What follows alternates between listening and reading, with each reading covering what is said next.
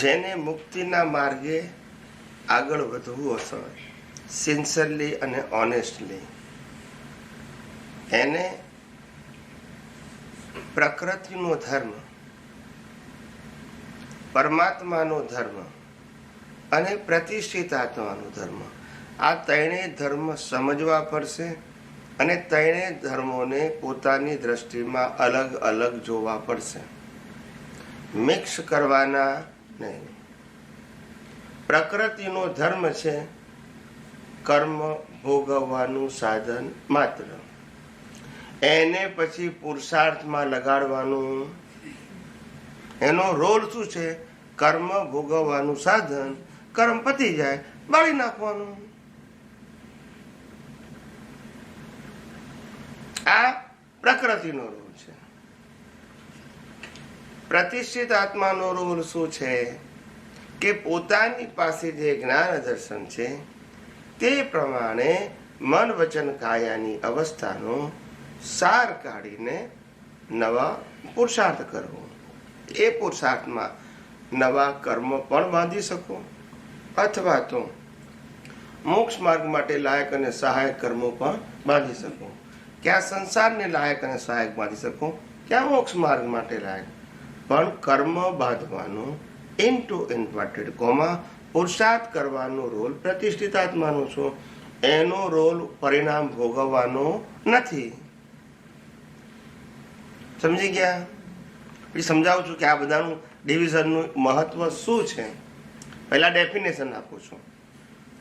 અને આત્માનો રોલ છે કેટાલિસ્ટ, સ્વ પર.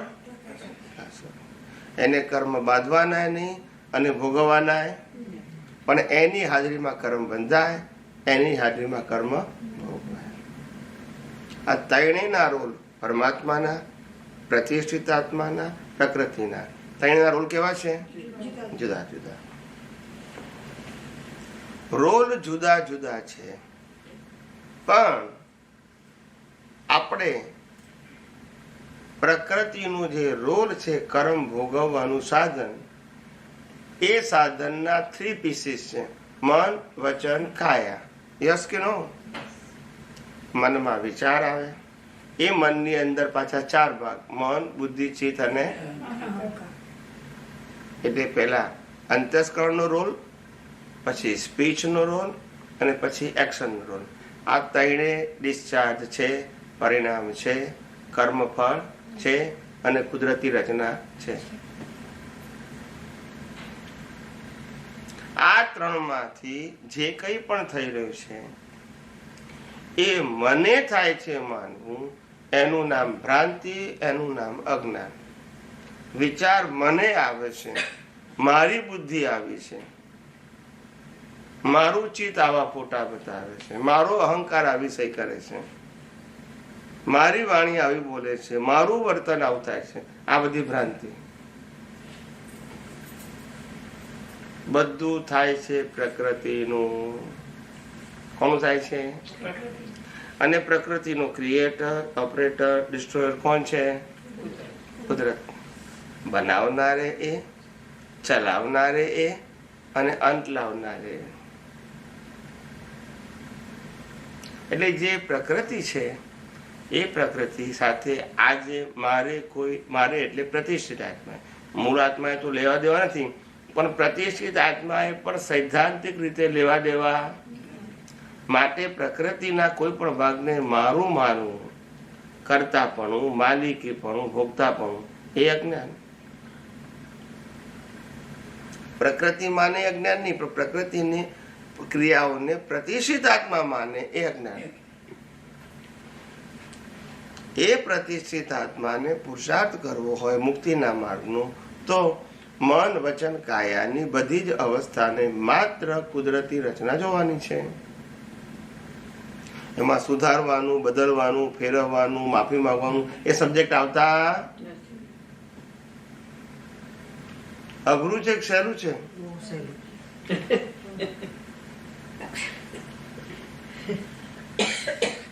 સમજાય છે? કુદરતી રચના જોવાનું, અને બીજું કુદરતી રચના જોવાનું અને મોક્ષ માર્ગ માટે લાયક અને સહાયક ભાવ કરવાના અને શુદ્ધાત્મા છું એવો નિશ્ચય કરવાનો. આ બધું કોણે કરવાનું? પ્રતિષ્ઠિત. હું શુદ્ધાત્મા છું, ચેતન છું, અવિનાશી અનંત શક્તિ વાળો છું, એ નિશ્ચય કોણ કરે? પ્રતિષ્ઠાત્મા. મોક્ષ માર્ગ માટે લાયક અને સહાયકની ભાવના કોણ કરે? પ્રતિષ્ઠાત્મા. મન વચન કાયની અવસ્થા માત્ર કુદરતી રીતના કોણ જુએ? પ્રતિષ્ઠિત આત્મા. અને મૂળ આત્મા શું છે? કેટાલિસ્ટ. આમાં ગૂંચવાડો થાય એવું ક્યાં છે? પણ લોકોને હું 52 ને મંગળદાસ 6 મહિનાની 6 વર્ષથી સમજાતું નથી. ના સમજાય. આટલું સીધું સાધું છે તો ગોળ ગોળ ગોળ ગોળ ગોળ કરે. સમજાય છે?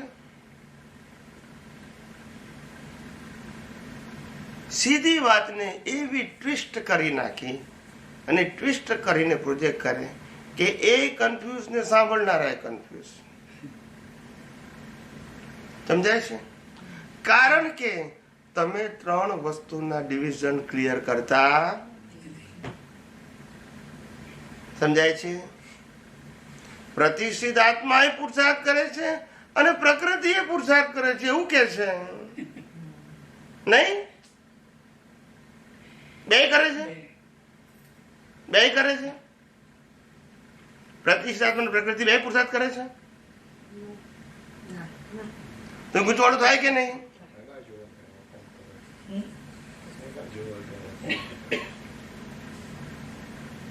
સમજાય છે? પ્રકૃતિ કુદરતી રચના એટલે કુદરતના ચલાવવાના એ આપણે ચલાવવાની. કુદરત જ ચલાવે.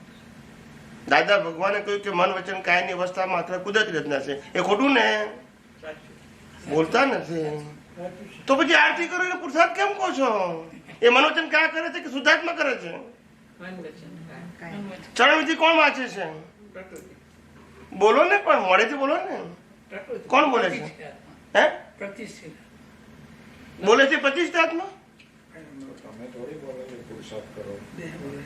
પ્રકૃતિ બોલે છે કે પ્રતિષ્ઠાત્મા? બોલો ને. આટલું અઘરું કેમ થઈ ગયું? ચરણ વિધિ કોણ બોલે? પ્રતિષ્ઠાત્મા બોલી શકે? બોલે છે કોણ? મારો પ્રશ્ન એટલો છે, તમે કઈ એડ કેમ કરો છો? મેં શું પ્રશ્ન પૂછ્યો? ચરણ વિધિ કોણ બોલે છે? બરાબર છે. તમારે શું જવાબ આપવાનો છે? તો પછી કેમ આ બધી વાર કરો છો? પણ કેમ? પેલું અજ્ઞાન ભરી ગયું છે એટલે. સીધી વાતનો જવાબ પણ કેટલો વાર લાગે છે આપતા, કારણ કે પેલું ભ્રાંતિ ભરાઈ ગઈ છે કે ક્રિયાથી પુરુષાર્થ થાય. એક બાજુ મન વચન કાયની અવસ્થા કુદરતી રચના કેવી છે અને પુરુષાર્થ કેવો છે. પછી બદલ થાય કે ના થાય? એ કોઈએ ઊભું કર્યું છે? તમે ઊભું કર્યું છે. તમે સમજ્યા નહીં માટે. યસ કે નો?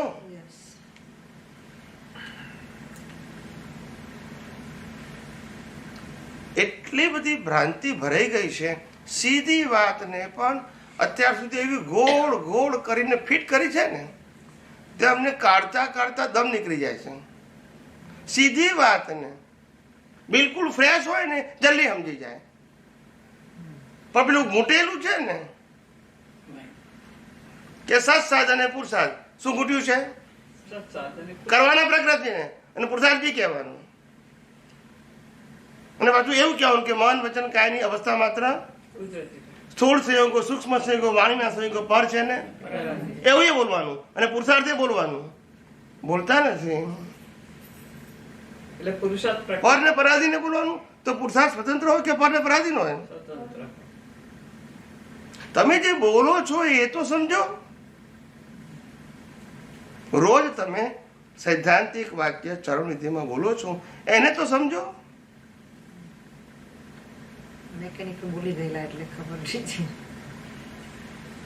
બીજા કોઈની વાતને ક્યાં સમજ? આપણે જે બોલીએ છીએ એને તો સ્વીકાર કરો. સમજાય છે? પછી વિજ્ઞાન કેવી રીતે સમજાય?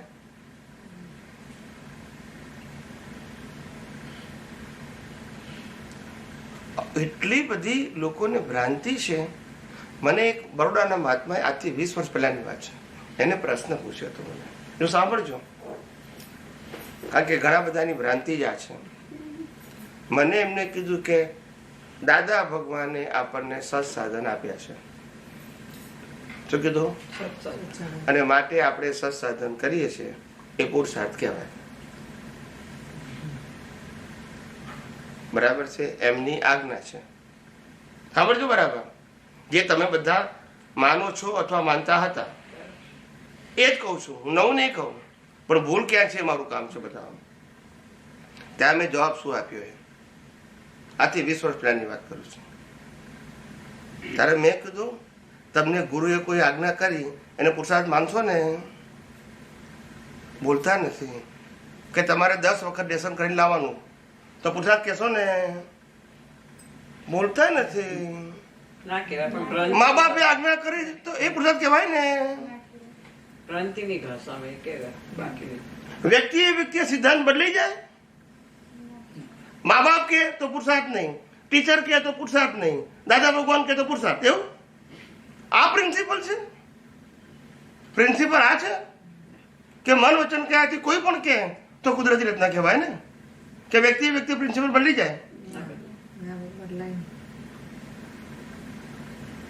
હું કહું મહાવીરે કરવાનું કીધું પણ પુરુષાર્થ કીધું હોય ક્રિયામાં. એમ કહું છું મહાવીરે કીધું હોય કે તમે આ ક્રિયા કરજો, પણ પુરુષાર્થ કીધું એ બી ખરો, તમે કરો છો એ બી ખરો. મહાવીરે કીધું એ કુદરતી રચના અને તમે કરો છો એ પુરુષાર્થ. ટાઇટલ કેમ લગાવો છો? ભ્રાંતિથી જ બધું ચાલતા હતું. પુરુષાર્થ લગાવો તો બધાને લગાવો. પછી જેની તમે આજ્ઞા પાડતા હોય, બોસે કીધું તમારે આ કરવું પડશે, એ તમારા માટે આજ્ઞા છે તો પછી પુરુષાર્થ માનો. પછી એને બોલતા નથી. આ તો સગવડ્યું. વાઈફ કે શાકભાજી લઈ આવો તો પુરુષાર્થ માનવાનો આપણે, કારણ કે આજ્ઞા જ કરી છે એમને. ના લાવો તો ખાવાય નહીં મળે. આવી ભ્રાંતિ. ને હું સાચું કહું એટલે ગળે ઉતરતું નથી. પણ એક વખત તો એક દિવસ તો 1000 અવતાર પછી પણ સનાતન સત્ય સ્વીકારવું પડશે, મારું સત્ય નહીં. કયું સત્ય? સનાતન. સનાતન કોઈ વ્યક્તિનું હોય? અને વ્યક્તિનું હોય તો સનાતન હોય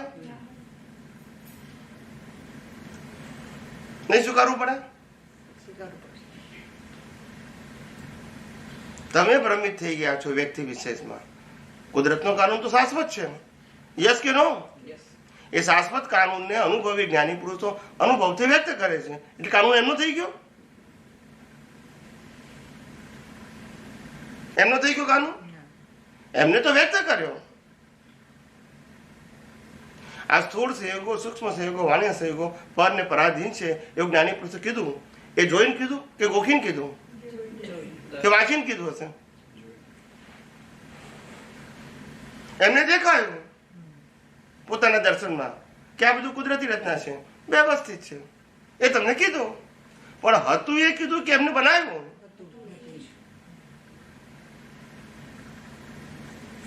કેટલી ભ્રાંતિ.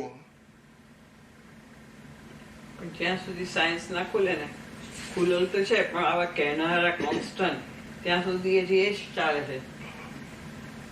એટલે જ્ઞાની પુરુષ દાદા ભગવાને શું કહ્યું? કરુણા રાખવા જેવું જગત છે, દંડ કરશો. દંડ ના કરશો, કરુણા રાખો કે છે. પોતે જ પોતાની મિથ્યા, રોંગ, રિલેટિવ માન્યતામાં ફસાયેલા છે. માટે દંડ ના કરશો. શું કે છે? દંડ ના કરશો. ખ્યાલ આવ્યો? કરુણા રાખજો કે ભાઈ આજની તો કાલે સમજે, આજની તો આ અવતારની તો અવતારે પણ સમજે એની પ્રગતિ માટે. અને સમજે એમાં શું કહીએ છીએ?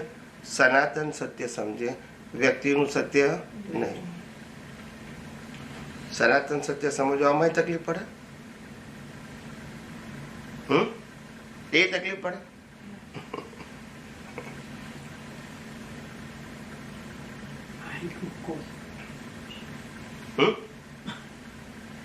એટલે અનાદિકાળથી આ પ્રશ્ન છે. અને માણસ પોતાના જીવનની અંદર આગળ વધવું એવું માને છે, પણ આગળ વધવું એટલે શું? Is a physical matter. Physical matter છે. તમારું જ્ઞાન દર્શન જે રિલેટિવ સત્યને સાચું માનતું હતું એનાથી અપગ્રેડ લઈ જવું અને સનાતન સત્યને માનતું થાય, એને તમે આગળ વધ્યા કહેવાય. આમ ફિઝિકલ તો આગળ વધવાનું નથી. પહેલા રિલેટિવ સત્યને જ આપણે સાચું કાયમી સત્ય માનતા હતા. હવે ખબર પડી કે રિલેટિવ સત્ય તો ટેમ્પરરી છે. વ્યક્તિ એ વ્યક્તિ બદલાય છે, અવસ્થા એ બદલાય છે. સનાતન સત્ય ક્યારે બદલાતું? એનાથી ઉકેલ આવે, રિલેટિવ સત્યથી ઉકેલ આવે નહીં. રિલેટિવ સત્ય વ્યવહાર પૂરો કરવા માટે છે. તેના માટે છે, એ કાયમી વસ્તુ નથી. પૂરો કરવા માટે આપણને મા બાપ મળે, ભાઈ બહેન મળે, પતિ પત્ની મળે, બાળકો મળે. એ વ્યવહાર કાયમી કરવા માટે છે કે પૂરો કરવા માટે? તો રિલેટિવ સાથે કાયમી હોય? એ હિસાબ પૂરતું હોય. કેવું હોય? હિસાબ પૂરતું. કાયમી તો સનાતન સત્ય હોય કે જે આપણી દ્રષ્ટિ હોવી જોઈએ. તો પછી આ રિલેટિવ સત્યની દ્રષ્ટિ પછી કેરી ફોરવર્ડ થાય નહીં. જો સનાતન સત્યની દ્રષ્ટિ હોય તો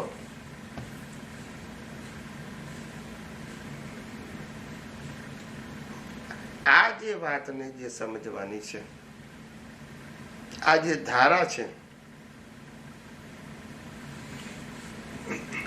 કારણ કે શરૂઆતમાં તો હું જ્ઞાન શબ્દ બોલતો હતો, જ્ઞાન અને અજ્ઞાન. પણ પછી એમ થયું કે આ શબ્દ કરેક્ટ નથી, એટલે પછી મેં વિજ્ઞાન બોલવાની શરૂઆત કરી. કારણ કે વિજ્ઞાન પરમેનન્ટ હોય, જ્ઞાન અજ્ઞાન હંમેશા ટેમ્પરરી હોય. તમે રામને માનો તો અજ્ઞાન કહેવાય, આ કૃષ્ણને માને અજ્ઞાન કહેવાય, આ મહાવીરને માને અજ્ઞાન કહેવાય, આ શિવને માને, આ સ્વામીને માને, આ સિમંદર સ્વામીને માને, પેલા દાદા ભગવાનને માને, પેલા માતાજીને માને. કોણ ખોટા? બોલો. પણ જ્ઞાન હંમેશા રિલેટિવ સત્ય હોય, સનાતન સત્ય ના હોય. અને સનાતન સત્ય શું છે? આ બધી માન્યતાઓમાં કે આ બધાની અંદર ચેતન, અવિનાશી અને અનંત શક્તિ વાળો શુદ્ધ આત્મા છે. એ શું છે? સનાતન સત્ય. પછી રામ હોય, કૃષ્ણ હોય, મહાવીર હોય, શિવ હોય, સ્વામિનારાયણ હોય, સિમંદર સ્વામી હોય, દાદા ભગવાન હોય કે માતાજી હોય, બધામાં કોમન શું છે? શુદ્ધ આત્મા. એ સનાતન સત્ય. અને આ ટાઇટલ બધા રિલેટિવ સત્ય. અને આખું જગત ફસાયું છે શેમાં? આ ભેદ કેમ પડે છે? ભેદ કેમ પડે છે? રિલેટિવ સનાતન ભેદ હોય, ભેદ હોય.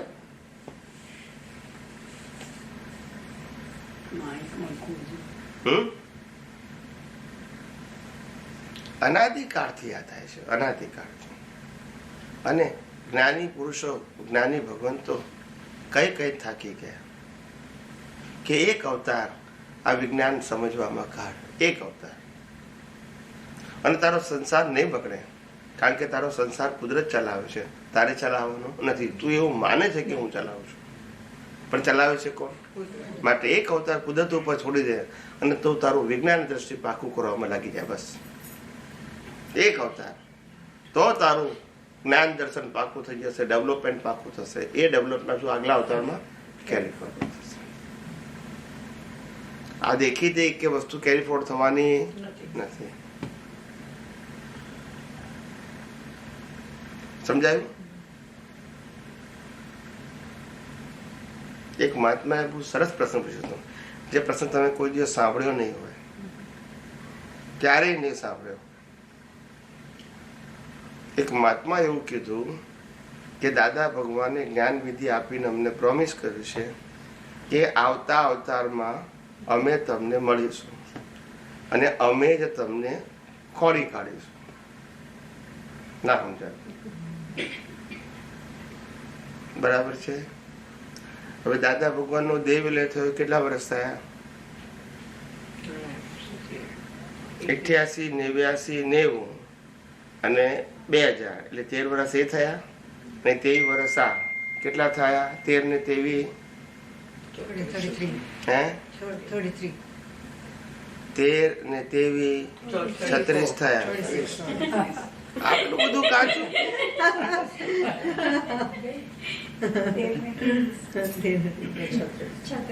વાણિયાની હજુ ખોટું બોલાય ગણતરીમાં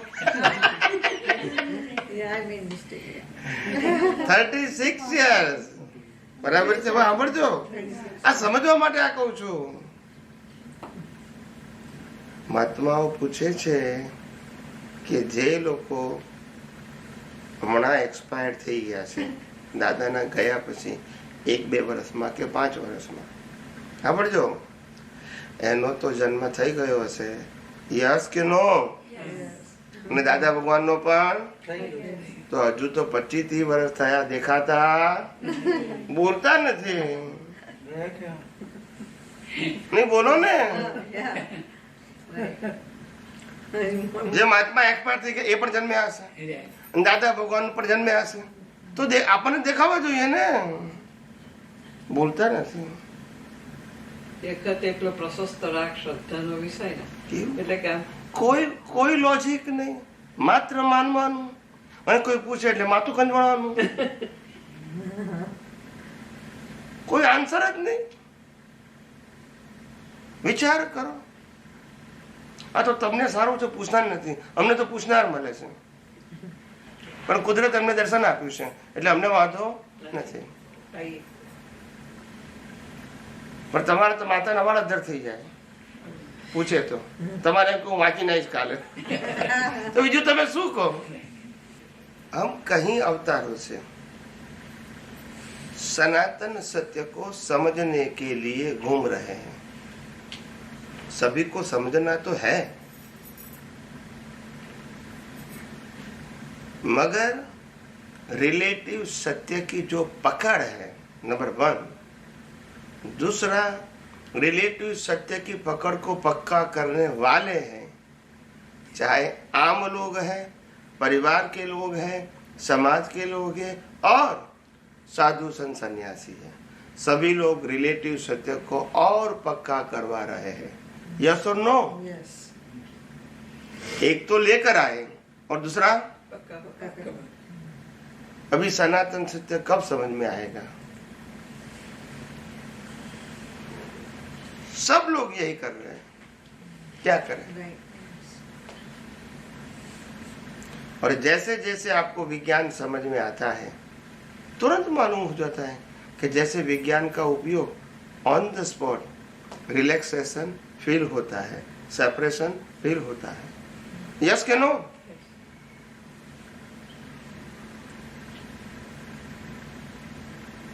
प्रश्न शरीर है, इसीलिए अज्ञानता नहीं है. प्रश्न शरीर के साथ भ्रांति है, इसीलिए अज्ञानता है. इसीलिए राग द्वेष है. शरीर है इसीलिए नहीं, शरीर को तो है मगर आपको है क्योंकि आपको भ्रांति है. तो आप और शरीर दोनों क्या है? आप एक्टिव फॉर्म में प्रतिष्ठित आत्मा है और शाश्वत फॉर्म में शुद्ध आत्मा है और कर्मों की भुगतान के फॉर्म में प्रकृति है. तीनों क्या है?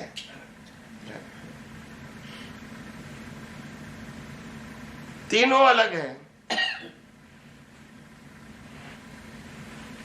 और जो तीनों अलग है, इनको अलग ही देखना और समझना और अनुभव करना है, तो कोई पजल है नहीं.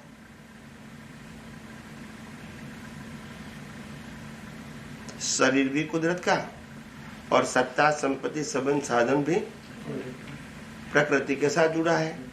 ये शरीर कुदरत का और सत्ता संपत्ति संबंध साधन भी किसका है? प्रकृति का ही है. न शुद्धात्मा का है न प्रतिष्ठितात्मा का है. यस और नो? तो प्रकृति को असर होगी कि नहीं वो हमारा सब्जेक्ट, मगर प्रकृति की असर हमको क्यों होती है प्रतिष्ठित आत्मा को, ये प्रश्न है. जब आइडेंटिटी अलग है तो वेयर इज द प्रॉब्लम?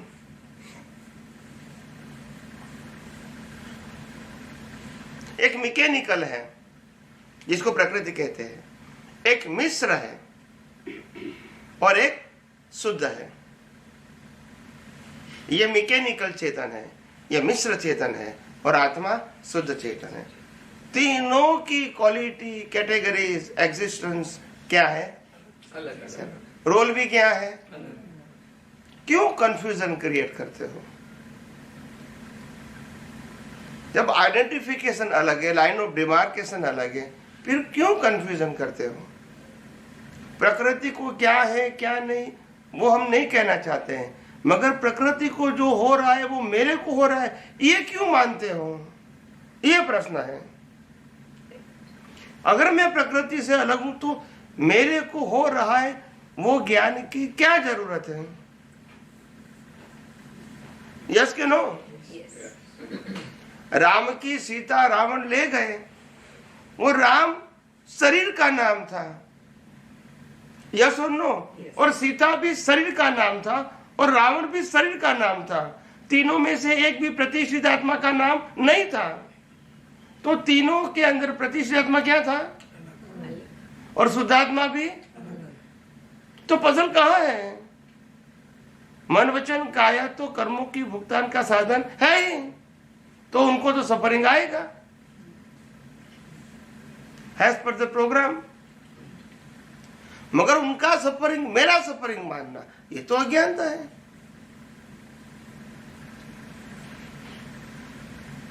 अज्ञानता यहां है। समझ में आया? और इसीलिए हमने कहा correct your vision, not mind, speech and action. Correction कहां करना है? विजन में, जिसको सिंपल भाषा में कहते हैं दृष्टि में। अगर इसको नीचे जाएंगे तो भी कहेंगे ज्ञान और दर्शन में। ये मन वचन काया को करेक्ट नहीं करना है, सुधारना या बदलना नहीं है। वो तो अपने आप एवरी मोमेंट एग्जॉस्ट हो ही रहे हैं विदाउट चॉइस। ये प्रकृति का स्वभाव ही वे टू स्मशान है। क्या है? तुम कुछ भी करो, वे टू, इसमें कोई ऑप्शन नहीं। तो जो वे टू स्मशान है उनके लिए हम क्या सोचेंगे? वो तो हर मोमेंट स्मशान की ओर जा ही रहा है। हमको धकेलने की जरूरत नहीं। They reduce the life every moment. Yes और नो? उनकी आयु खत्म हो ही रही है। इसीलिए मैंने कहा आत्मा की शक्ति को पहचानो। सोल नहीं है तो वर्ल्ड नहीं है। यस और नो? सोल वर्ल्ड नहीं है, मगर सोल नहीं है तो वर्ल्ड नहीं है। क्योंकि कौन जानेगा? आत्मा नहीं है तो दुनिया को कौन जानेगा? वो आइडेंटिफाई जड़ कर सकता है? बाकी के पांच तत्व दुनिया को आइडेंटिफाई कर सकता है? नहीं कर सकता है। तो चेतन है इसीलिए दुनिया है। दुनिया को पहचान करने वाला है, दुनिया की अवस्थाओं को अनुभव करने वाला है। अगर चेतन ही नहीं थे तो चेतन खुद नहीं करता है, मगर चेतन की हाजिरी से ये होता है। इसको कहते हैं पावर चेतन। क्या बोलते हैं? पावर चेतन। वो पावर चेतन दो प्रकार के, एक चार्ज पावर चेतन और दूसरा डिस्चार्ज पावर चेतन। डिस्चार्ज भी पावर चेतन है। पिछले अवतार का चार्ज है, चार्ज है, वो आज क्या है? डिस्चार्ज। तो वो बैटरी चार्ज हो गई है, अभी क्या हो रही है? डिस्चार्ज। और दूसरी बैटरी चार्ज हो रही है, जिसका रिजल्ट नेक्स्ट बर्थ में आएगा। मगर दोनों पावर चेतन है और आत्मा शुद्ध चेतन है। उनका पावर कैटालिस्ट के फॉर्म में है। क्या है?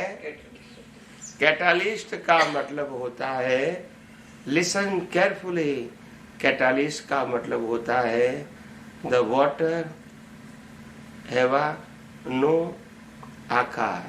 आकार होता है, पानी का आकार होता है, जो पात्र में भर दो वो यस और नो। ऐसे आत्मा भी जिस बॉडी में चला जाता है ये उसकी अवगाहना है, रेडियस।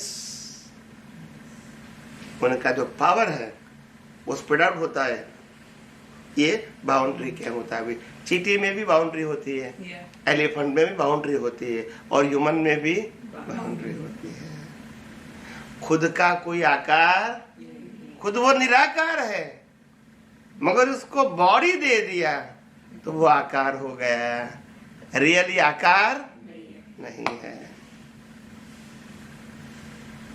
समझ में आया? और जब आकार के अंदर आत्मा होता है और वो आत्मा का जो ज्ञान प्रकाश है, वो ज्ञान प्रकाश अवस्थाओं को प्रकाशित करता है। उस अवस्था को देखने और जानने वाला प्रतिष्ठित आत्मा है। उनके पास जो ज्ञान दर्शन है उसी मुताबिक प्रकाश में प्रकाशित हुई अवस्थाओं को वो देखेंगे और जानेंगे। प्रकाश न्यूट्रल है। क्या बताया? प्रकाश में राग द्वेष, मगर प्रकाश में दिखता है, उसमें प्रतिष्ठित आत्मा राग द्वेष करता है, मालिकी करता है, भोक्तापन करता है, कर्तापन करता है। समझ में आया? तो આ પ્રતિષ્ઠિત આત્મા, ડિસ્ચાર્જ પ્રતિષ્ઠિત આત્મા, મન બુદ્ધિ ચિત્ત અહંકાર, એ એક આખું ટોટલ સેપરેટ પેકેજ છે. એનું જ્ઞાન દર્શન જુદું છે. હવે આ નવો ઉભો થયો છે, તો એ ક્યાંથી જ્ઞાન દર્શન લઈ આવ્યો? નવો એટલે કે as a act it is a new, It's a belief. but જ્ઞાન દર્શન in a terms of development is a carry on from the previous birth. और आध्यात्म विज्ञान में स्पष्ट कहा है डेवलपमेंट कभी खत्म नहीं होता है और माइनस भी नहीं होता है, तो वो development carry on up to केवल दर्शन. तो जो नया नવો પ્રતિષ્ઠિત આત્મા છે તે પેલું કારણ શરીર સાથે ડેવલપ થઈને આવેલો છે, કારણ કે નવો છે કે જ્યારે પણ ચાર્જ થાય છે ત્યારે પેલું પ્રતિષ્ઠિત આત્મા ડેવલપ જ થતો જાય છે, ઇનબિલ્ટ જ હોય છે. दो भाग अंदर, दो भाग है. एक घाती कर्म है, वो पुरुषार्थ करने में सहायक है. अघाती कर्म है, वो परिणाम के लिए सहायक है. नाम कर्म, गोत्र कर्म, वेदनीय कर्म, आयुष्य कर्म, वो सफरिंग के लिए है. मिथ्या ज्ञान, मिथ्या दर्शन, मोहनीय कर्म पुरुषार्थ के लिए है. और अगर यहाँ सम्यक ज्ञान, सम्यक दर्शन निर्मोह हो गया तो भी पुरुषार्थ के लिए है. और आज का ज्ञान जो हम पाते हैं वो तो ज्ञान तो साथ लेके आए, आ लઈને જ આવેલો છે પ્રતિષ્ઠિત આત્મા. તમે કીધું કે નામ કર્મ પુત્ર આયુષ્ય અને વેદનીય, એ ડિસ્ચાર્જમાં છે. Discharge અંતસ્કરણ included. એ ઘાતી કર્મ. અને અઘાતી એટલે જ્ઞાનાવરણ, દર્શન, મોહનીય, એ આખું અનંતરાય, એ આખું કેરી ફોરવર્ડ નેક્સ્ટ લાઈફમાં થાય. यस यस ए इसमें प्लस माइनस होता है. क्या होता है? પ્લસ ज्ञान दर्शन. मिथ्या ज्ञान दर्शन होता है. मिथ्या ज्ञान दर्शन, वो मिथ्या ज्ञान दर्शन एकेंद्रिय से पंचेंद्रिय में डेवलप होता है. मिथ्या ज्ञान दर्शन मनुष्य में आने के बाद बुद्धि से वही मिथ्या ज्ञान दर्शन डेवलप होता है. और जब मार खाते हैं और कोई अनुभवी ज्ञानी मिलते हैं तब इसको कहते हैं कि आपके पास जो ज्ञान है वो संसार बढ़ाने के लिए, चलाने के लिए है, समाप्त करने के लिए नहीं है. सो यू चेंज योर ज्ञान दर्शन एज अ मिथ्या टू સમ્યક. એટલે પાછળનું જ્ઞાન દર્શન અને અત્યારે ડેવલપ થયેલું જ્ઞાન સન્નતતાનો સંજોગ એ બધું જ એ પ્રતિષ્ઠિત નવામાં છે ત્રણેય પેકેજ. Yes yes yes. એટલે ज्ञान दर्शन को दृष्टि बदलना कहते हैं और मोहनीय कर्म को क्योंकि हमारे पास अज्ञान था. कौन सा अज्ञान? कि हम 5 ज्ञानेंद्रियों के माध्यम से इस दुनिया में से सुख की प्राप्ति कर सकते हैं. ये मोहनीय कर्म. अभी ये अध्यात्म से मालूम हुआ कि सुख तो केवल ओनली आत्मा का ही स्वभाव है, तो बाहर मोह करने की जरूरत नहीं है. तो ये मोहनीय कर्म धीरे धीरे क्या होगा? इरेज होगा. क्योंकि आप अभी ये विज्ञान जानने के बाद बाहर पुरुषार्थ के फॉर्म में मोह करते नहीं है. परिणाम में फॉर्म में तो रहेगा, वो मन वचन काय का शब्द है. ज्ञान दर्शन में मोह होना नहीं चाहिए. ये 3 अगर करेक्ट हो गया, मिथ्या ज्ञान, मिथ्या दर्शन, मोहनीय कर्म, उसमें सम्यक ज्ञान, सम्यक दर्शन और निर्मोह जैसा प्राप्त हो गए, समझ में आया? तो फिर केवल ज्ञान तो रिजल्ट है. क्योंकि आत्मा को केवल ज्ञान स्वरूप बनाने का नहीं है. वो तो केवल ज्ञान स्वरूप है ही. यस और नो? तुम्हारा ज्ञान दर्शन और मोह मिथ्या था. आत्मा में मूल ज्ञान दर्शन मिथ्या नहीं है. तो पहले आपको मिथ्या ज्ञान, मिथ्या दर्शन, मोहनीय कर्म करेक्शन आपको करना है एज अ दृष्टिकोण. अगर वो निकल गया तो फिर शरीर और आत्मा 2 ही रहेगा. और अगर मिथ्या ज्ञान, मिथ्या दर्शन, मोहनीय कर्म खत्म हो गया तो फिर नए कर्म, मगर जो कर्म लेकर आए पिछले अवतार के, ये तो भुगतान करना पड़ेगा. मगर जब कर्म खत्म हो जाएंगे, बॉडी को जला दिया जाएगा, तो आत्मा कहाँ जाएगा? आत्मा कहाँ जाएगा? मोक्ष में. नए कर्म तो बने नहीं, क्योंकि अज्ञान है नहीं. समझ में आया? તો મિથ્યા જ્ઞાન, મિથ્યા દર્શન જે 4 પરમાણુ થયા એ કેવા હોય, ને સમ્યક જ્ઞાન, સમ્યક દર્શન થી જે સાયન્સ આખું સમજાય છે, સ્પિરિચ્યુઅલ સાયન્સ, એના ચાર્જિંગ પરમાણુ કેવા હોય? मिथ्या ज्ञान, मिथ्या दर्शन और मोहनीय कर्म से संसार के लायक और सहायक कर्म बनते हैं. 4 गति में घूमने के कर्म बनते हैं. એટલે હેવી કોટેડ, हैवी कहो या माइल्ड कहो, मगर संसार का ही होगा. नर गति होगी या देव गति होगी, मगर वो संसार कहेंगे. क्या कहेंगे? संसार. मगर सम्यक ज्ञान, सम्यक दर्शन का उपयोग करोगे तो मोक्ष मार्ग के लिए लायक और सहायक कर्म बनेंगे, जिसका फल तो संसार में ही मिलेगा.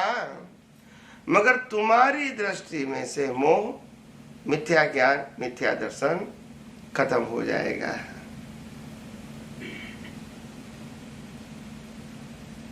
मोक्ष मार्ग के लिए लायक और सहायक. तो भुगतान तो आएगी, मगर वो भुगतान आपको डिस्टर्ब, आपके ज्ञान दर्शन को डिस्टर्ब नहीं करेगी. क्योंकि न मिथ्या ज्ञान है, न मिथ्या दर्शन है, न मोह है. सिर्फ अवस्था है, वो तो कुदरती रचना है. आपको कोई तकलीफ नहीं है और कंसर्न भी नहीं. It is exhaust automatically without our effort. लोग कहते जीवन जीने के लिए बहुत मेहनत करनी पड़ती है, बोलते नहीं.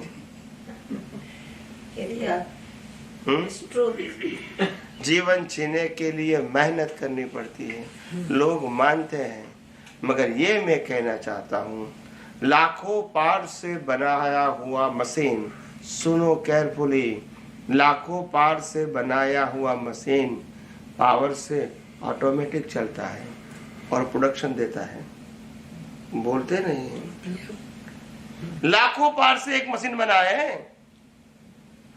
यहां रॉ मटेरियल डालो, वहां फिनिश, वो भी मैकेनिकल। मशीन कभी नहीं कहता मैं थक गया, बोलते नहीं। तो फिर लोग कहते कि ये तो मशीन है, तो ये क्या है? तो why you give the different opinion? That machine and this machine. Machine have a same role, same system. We don't have a knowledge, that's why. Huh? We don't have a knowledge that. So wrong belief. दुनिया में मैंने एक भी व्यक्ति ऐसा नहीं देखा है, एक भी व्यक्ति को वो क्रिया करता है और थक गया है। ऐसी क्रिया है जो करता है कंटिन्यूअस नॉन स्टॉप, फिर भी कहता है मैं थकता नहीं हूं। वो है श्वासोश्वास। बोलते नहीं है, ये क्रिया नहीं है। कभी कोई नहीं बोलता है कि एक वीक के लिए आराम। बोलते नहीं है, ये क्रिया नहीं है। श्वासोश्वास क्रिया नहीं है। कोई नहीं कहता है कि मैं थक गया। क्यों? ऑटो नहीं, बाकी सब ऑटोमेट नहीं है, सभी ऑटो। तो फिर थक गया ऐसा क्यों बोलते हो? ये भी ऑटो मोड है, तो बाकी ऑटो मोड नहीं है। Whole body is auto mode और only breathing is auto mode. Whole body automatic, everything is auto mode. Body से क्या केड़ा दुखे છે देखो देखो, हम जो पेन फील करते हैं, पेन, ये क्या है बताऊं मैं आपको। पेन वो हिसाब जरूर है, क्या है, मगर ये भी ध्यान रखना, pain is suffering because of attention. क्या बताया? अभी मैं एग्जाम्पल देता हूँ, धीरे धीरे, चिंता मत करो। मैं जो भी कहूंगा एग्जाम्पल दूंगा आपको, don't worry. Pain is there but you feel, क्यों? आप क्यों फील करते हैं? Because of your ignorancy. शरीर को पेन होना एक अलग बात है, और पेन मैं फील करता हूं वो अलग बात है। मैं करता हूं तो वो फीलिंग लाइव है, शरीर करता है तो मैकेनिकल है। Part of life, not part of my ज्ञान दर्शन, नॉट पार्ट ऑफ प्रतिष्ठित आत्मा। यस और नो? प्रतिष्ठित आत्मा जब प्रकृति सेपरेट है, वो क्यों फील करेगा कि शरीर को पेन हो रहा है? अगर वो करेगा तो क्या देखेगा और जानेगा, फील नहीं करेगा। मगर फील क्यों करता है? Attach, I am a body, मेरे को पेन हो रहा है, ये बिलीफ से वो फील करता है। Wrong belief. बॉडी फील करता है इज ओके, क्योंकि उनका रोल है, मैं मना नहीं करता हूं। मगर आप क्यों फील करते हो? आप तो लाइव है, बॉडी लाइव नहीं है, बॉडी तो मैकेनिकल है। तो प्रतिष्ठित आत्मा लाइव है, तो पेन हो तभी तो वो पुरुषार्थ करता है। ये पुरुषार्थ कर सकता है तो लाइव कैसे है? तो पेन होए तो फिर दवा अगर पेन की खाए और दर्द चला जाए तो? बताओ मैं धीरे धीरे बताओ, धीरे धीरे बताओ, कोई बात नहीं। दवा खाने से दर्द चला जाता है तो ऐसी दवा होनी चाहिए ना कि मुर्दा जिंदा हो जाए। आखिर बात तो शरीर की तो है। अभी नहीं है। नहीं, पहले जमाने में सतयुग में भी थी। बताओ मैं आपको, why we feel pain? We means I am talking about the प्रतिष्ठित आत्मा, not प्रकृति now, okay? हम जब पुरुषार्थ की बात करते हैं तो प्रतिष्ठित आत्मा का ही शब्द प्रयोग करना समझने के लिए। हम जब परिणाम की बात करते हैं तो मन वचन काया समझना। हम स्वभाव की बात करते हैं तो शुद्ध आत्मा समझना। फिर गड़बड़ मत करना। तो मैं जब पुरुषार्थ की बात करता हूं कि प्रतिष्ठित आत्मा को प्रकृति की फीलिंग क्यों होती है? Because of ignorance, live ignorance. क्या बताया? फील करना वो लाइव इग्नोरेंस ही है, और प्रकृति को फील करना वो मैकेनिकल है। एग्जाम्पल,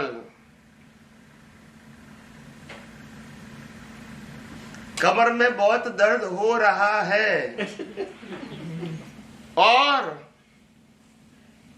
सीन में हम बहुत होता है। With interest world cup final देख रहे हैं।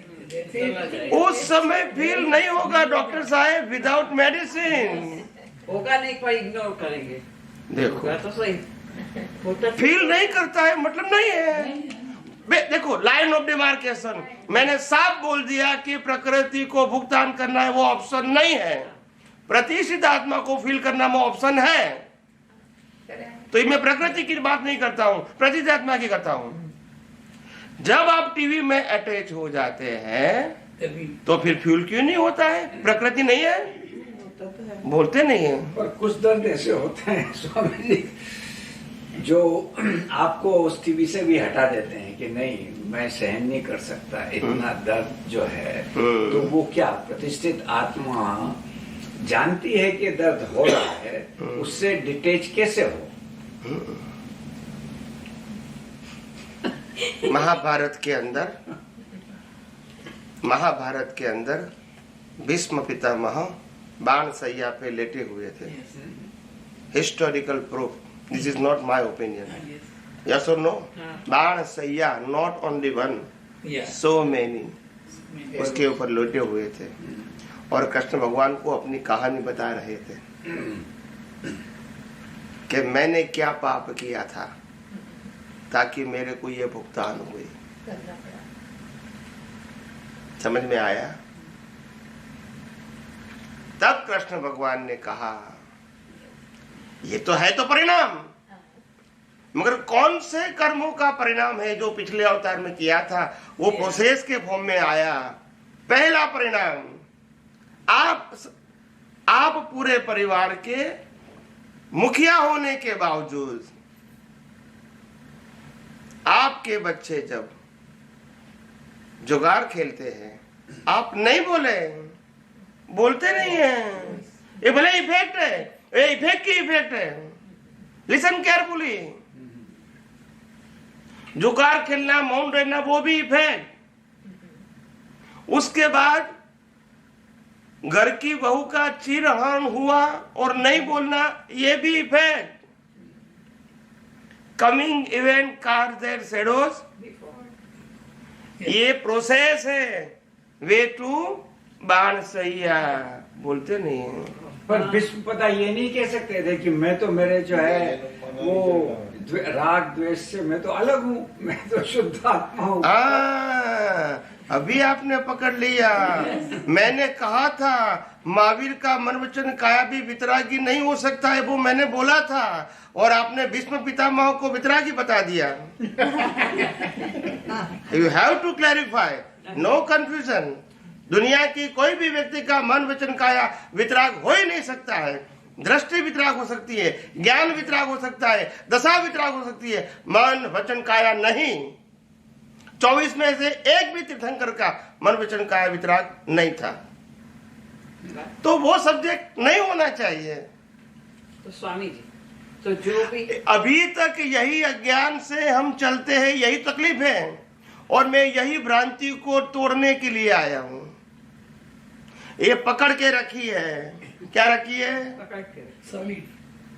कई लोग कहते थे मेरे को हमारी प्रकृति को वितराग बनाना है, मन वचन काया को वितराग बनाना है। मैंने बोला तुम कौन सी भ्रांति में जी रहे हो? मन वचन काया मिलता ही है मराग देश के कर्म के भुगतान के लिए, बोलते नहीं है। तो वो वितराग हो सकता है? वितराग वो दृष्टि की बात है, ज्ञान दर्शन की बात है कि फिजिकल मैकेनिकल प्रकृति की बात है?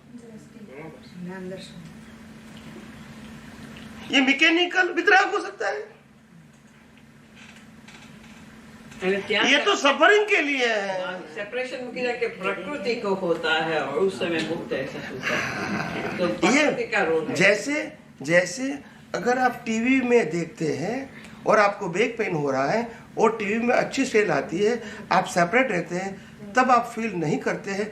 तो ये फिजिकल टीवी से भी अगर आपका पेन फील नहीं करते हैं तो आप शुद्धात्मा में रहो, कुदरती रत्न देखो, तो क्या होगा?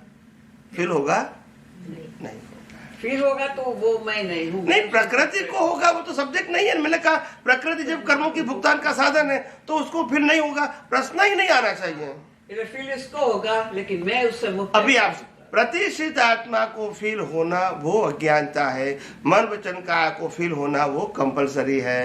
और उसमें ऑप्शन महावीर ने भी फील, महावीर की प्रकृति ने फील किया, राम की प्रकृति ने फील किया, कृष्ण की प्रकृति ने फील किया, मगर रामकृष्ण महावीर के ज्ञान दर्शन ने फील नहीं किया। प्रश्न ज्ञान दर्शन का है, मन वचन काया का नहीं है। हम सेपरेट ज्ञान दर्शन से हो सकते हैं, मन वचन काया तो साथ में रहेगा, जहां तक आयुष्य कर्म है वहां तक। આ જગ્યાએ લાગુ પડે ને સાતા સાતા વેદની તે તદ્દન જુદો એવો શબ્દ. हाँ, वो प्रकृति का स्वभाव है ना, साता असाता इनको होती है, ये न प्रतिष्ठित आत्मा का स्वभाव है और न परमात्मा का स्वभाव है। मगर प्रतिष्ठित आत्मा में क्योंकि मिथ्या ज्ञान मिथ्या दर्शन से वो जुड़ जाते हैं, तो प्रतिष्ठित प्रकृति को होता है, वो भी अनुभव करता है, फिर नया राग द्वेष करता है कि ऐसी अवस्था नहीं चाहिए, ऐसी चाहिए। यही होती है ना। एक महाशय ने कहा मेरे को प्रश्न किया कि अगर हमारी प्रकृति खराब है, जैसे चोरी करती है, झूठ बोलती है, मारामारी करती है, अब्रह्मचर्य करती है, परिग्रह बढ़ाती है, ऐसी प्रकृति है, और हम कहते हैं कि हमको चोरी न करने वाली प्रकृति चाहिए, झूठ न बोलने वाली प्रकृति चाहिए, हिंसा न करने वाली चाहिए, ब्रह्मचर्य का पालन करने वाली चाहिए, परिग्रह को कम करने वाली प्रकृति चाहिए, तो क्या ये मुक्ति का मार्ग नहीं है? ना, मुक्ति नहीं, प्रकृति ना। बोलिए बोलिए, मुक्ति का मार्ग नहीं है। क्योंकि आपको प्रकृति ही चाहिए, પ્રકૃતિ સુધારવાની વાત કરી. बोलते नहीं है। पर सुधार तो कर रहे हैं। That's the point. प्रकृति को सुधारना इज इक्वल टू परमात्मा को सुधारना है। Yes. हमको परमात्मा की अनुभूति करनी है या प्रकृति की? परमात्मा और सुधारना प्रकृति को है। क्या करें? नहीं, बताइए ना मेरे को। नहीं, प्रकृति को नहीं सुधारना। प्रकृति सुधारते सुधारते तो इतने अवतार निकाल दिए, फिर भी उसको નહીં સુધાર. जला दिया जाएगा। What is the benefit? अगर ये प्रकृति चोरी करती है या नहीं करती है, झूठ बोलती है या नहीं बोलती है, हिंसा करती है या नहीं करती है, ब्रह्मचर्य का पालन करती है या नहीं करती है, परिग्रह बढ़ाती है या कम करती है, उससे आत्मा से क्या मतलब है? તો પછી તમારા લોકો માટે મોસ્ટ ઇમ્પોર્ટન્ટ બ્રહ્મચર્યનું કેમ પ્રાધાન્ય? તમારા માટે એટલે આપતપુત્રો માટે, શુદ્ધાત્મા માટે નહીં। આપતપુત્રો માટે નહીં. તો આપતપુત્ર તો ફિઝિકલ સ્ટેટસ સર, नहीं आए। It is not status of soul. બરાબર. તમે એમ કહો કે અમારે સાધુ સૌ છે અબ્રહ્મચર્ય, એવું ચાલે? એ સાધુના સ્ટેટસ માટે કીધું છે, કેમ આમ કરો પ્રભુજી? આત્માના સ્ટેટસ માટે? બીકોઝ એઝ અ આપતપુત્ર you are the public figure, તો તમારે લક્ષ્મી ને વિષય હોવા જોઈએ નહીં। Necessity is okay for money and material, સમજાય છે, પણ રિક્વાયરમેન્ટ નહીં। જેમ તમે એમ કહો કે હું 1 મિલિયન 2 મિલિયન 5 મિલિયન કહું, એવું અમારે ના હોય। અમે એમ કહીએ ભાઈ ટ્રાન્સપોર્ટેશનના પૈસા આપો, કપડાના પૈસા આપો, અથવા કપડા આપો, whatever it is, that is okay. Now you understand? પણ અમે એમ કહીએ કે ના અમારે 2 મિલિયન જોઈએ, તો બેઝિક હવે નેસેસિટી તો સાધુ સંત સંન્યાસીને નેસેસિટી પૂરી પાડવાની જવાબદારી સમાજે વર્ષોથી લીધી છે। એ કઈ નવી વસ્તુ, કારણ કે એ સમાજ માટે જીવે છે, so there is no question, but એ જો સમાજ પાસેથી નેસેસિટીથી વધારે અપેક્ષા રાખે છે ફોર હિઝ ઇન્ડિવિડ્યુઅલ પ્રોજેક્ટ, તો એ સંસારી જ છે, ભલે ત્યાગી હોય તો। That's it. મેં જૈન આચાર્યોને કીધું છે, વેદાંતના આચાર્યોને કીધું છે કે મંદિર બનાવી, સંસ્થા બનાવવા, વરઘોડા કાઢવા, આ તમારો સબ્જેક્ટ ઇઝ ઇક્વલ ટુ ત્યાગીનો સબ્જેક્ટ નથી। એ સંસારીનો સબ્જેક્ટ છે. સંસારી લોકો મંદિર બાંધે, પૈસા ઉઘરાવે, મંદિર ચલાવે, તમારે તો ખાલી પ્રતિષ્ઠા જ કરવાની. પણ આ તો મંદિર ઉપર નામ લખે કે ફલાણા સાધુની, આચાર્યની, અને એમનું નામ છે એટલે હવે એની હુકूमत ચાલે. वो कहेगा वही यहाँ आ सकते हैं, दूसरा तो मालिकी नहीं हुई. फिर तुम कहते हैं वितराग का मार्ग है. मंदिर का विरोध करने की जरूरत नहीं है, संस्था का विरोध करने की जरूरत नहीं है, और प्रोसेसन का भी विरोध करने की जरूरत नहीं है. It is only for the society, not for the संत और साधु और सन्यासी. They only give you the blessing. That's it. तो ये आप पुत्र जो कैटेगरी है उसको थोड़ा सा समझाएंगे, मतलब जैसे साधु है मगर वेश उस प्रकार का है. बस ये तो एवरीथिंग इज सिंबॉलिक. मैं सफेद पहनूं, भगवा पहनूं, लाल पहनूं, लीला पहनूं, ये सब सिंबॉलिक. ओके, टू पहचान के लिए. That is symbolic. Okay, there is no any more things. Okay, but हाँ, एक बात कॉमन है कि when you are public figure and you try to help the people whatever you have it, तो फिर आपका जीवन लक्ष्मी और विषय की कमजोरी वाला नहीं होना चाहिए. That's it. That is a basic thing. Either you are Jain साधु और सन्यासी और आपका पुत्र और whatever it is, doesn't matter. मगर आपकी लाइफ ऐसी नहीं होनी चाहिए. आपका काम ज्ञान देना है और समाज का काम आपकी सुविधाओं को, नेसेसिटी को पूरा करना है. That's it. आपकी इच्छाओं को नहीं, नेसेसिटी को. That's it. અને ના હોય તો ઘણા બીજું લે છે ને, તો અમુક very limited few people like that. પણ બીજા બધા તો રહે છે ને દુનિયામાં, લક્ષ્મી ને જે હોય એના માટે બીજા બધા એટલે કોણ હોય? બેસતા હોય છે. What is the category? શું ખબર પડે બધા વિષયો ને એની લક્ષ્મી નથી વિચારતા. હું એમ કહું છું કે બીજા બધા કઈ કેટેગરી?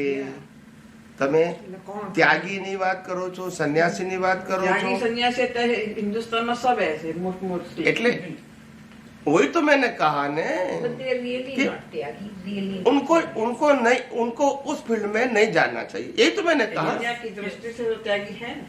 हाँ, वो है व्यवहार से तो. नहीं, भले ही वो दुनिया की दृष्टि से त्यागी है, मगर मैंने यही कहा कि अगर वो त्यागी के टाइटल के है, यूनिफॉर्म भी उसका त्यागी है, फिर भी अगर वो मंदिर के लिए पैसा इकट्ठा करके वहीवट करता है, संस्था के लिए करता है, शिष्य बनाता है, वर्गुआ निकालता है, तो जिम्मेदारी उसकी ही रहेगी. कुदरत का कानून आपके कपड़े से या स्टेटस से काम नहीं लेगा. आपकी भावना के आधार, इंटेंशन के आधार जो कर्म बनेगा इसका कुदरत फल देगा. आपके कपड़ों के आधार से फल नहीं देगा. કારણ કે या सुन लो, સ્ત્રી પણ હોય, છોકરાઓ હોય, એ લોકોનું ફેમિલીનું પછી બધું ચલાવતા હોય સેમ નહીં તમે, અને એવી રીતે ચાલતા જ હોય છે વ્યવહારો. બધા તો ના બોલું છે પણ ઇટ ઇઝ હેપનિંગ. અમારા જેવા બહુ લિમિટેડ હોય કે જે લે નહીં, આપતા પુત્ર જેવા બહુ જ ઓછા હોય છે. બાકી લેતા હોય છે. બધો તો સડો તો પાસે જ ગયો છે. वही तो डिस्चार्ज तरीके આપણે वही तो मैं कहता हूँ. पेमेंट तो આવે. फिर उसको त्यागी नहीं बोलेंगे, सन्यासी नहीं बोलेंगे, साधु नहीं बोलेंगे, मगर उसको टाइटल देना है. अगर समाज में अच्छा काम करते हैं, ऐसे फैमिली वाले लोग अच्छा काम करते, पैसे का भी व्यवहार करते, उसको कहते हैं सोशल रिफॉर्मर. क्या बोलते हैं? दे आर नॉट साधु और सन्यासी. या श्रावक. श्रावक बोल सकते, श्रावक स्वामी का भी बोल सकते. तो एक एग्जाम्पल दिया. कोई टाइटल का इम्पोर्टेंट नहीं, मतलब वो साधु या सन्यासी नहीं है. That's it.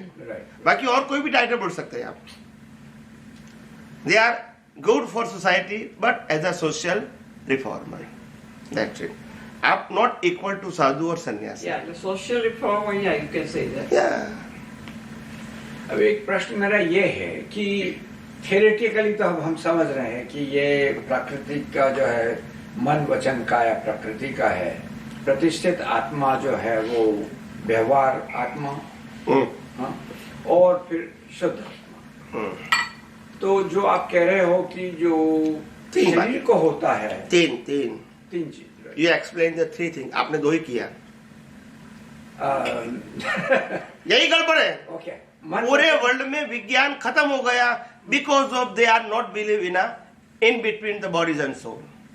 नहीं तो उसमें प्रतिष्ठित आत्मा आ गई ना। हाँ, तो 3 बोलो, बॉडी, आत्मा एंड प्रतिष्ठित आत्मा। सो मेरा क्वेश्चन ये है कि थियोरेटिकली तुमको समझ में आई बात, अब प्रैक्टिकल में कि जब दर्द होता है और सीवियर दर्द होता है तो प्रतिष्ठित आत्मा बॉडी और मन वचन काय से अलग रहना, अलग कैसे रखें, उसमें आप कोई प्रैक्टिकल उसका कोई सोल्यूशन दीजिए। Yes yes yes, of course I can give you very simple things हैं। पहले मैं स्थूल एग्जांपल दूं, फिर शरीर का देता हूं, ओके ताकि आपको इजी टू अंडरस्टैंड हो जाए। रास्ते के अंदर $100 की नोट रास्ते में पड़ी है, वो आपकी नहीं है मगर आपने देखी कि रास्ते में पड़ी है, इसका कोई मालिक नहीं, बिकॉज ऑन द रोड पड़ी है, आपके 15 फीट दूर है वो, और आपने देखी, आप इस तरफ जा रहे हो लेने के लिए, वही नोट और 3-4 लोगों ने भी देखी, इसमें से एक व्यक्ति ने झापड़ लगा के नोट ले लिया। अमॉन्ग द 5 पीपल एक व्यक्ति को मिला, और बाकी जो 4 व्यक्ति है, कोई ब्लेम कर सकते हैं? नहीं है, क्योंकि और किसी की थी ही, 5 में से किसी की नहीं थी। ठीक है, अभी आप लेने के लिए गए और आपको नहीं मिला, क्या आपको लॉस का एहसास होगा? क्यों भी सकता, नहीं भी हो सकता है। अगर नॉर्मली, चलो नॉर्मली बात करो, नॉर्मल बात करो, नहीं होगा, नहीं होगा। कोई विशिष्ट की बात जा दो, जैसे कोई व्यक्ति क्या कहते हैं, वो लोभिया है तो अलग, मैं नॉर्मल बात करता हूँ, नहीं होगा, बिकॉज ऑफ उनको मालूम है कि मेरी नहीं थी, भले मेरे को मिली नहीं मगर एक्चुअली मेरी नहीं थी, तो लॉस का कोई प्रश्न नहीं है। ठीक है, यही एग्जाम्पल हम दूसरे एंगल से देखते हैं।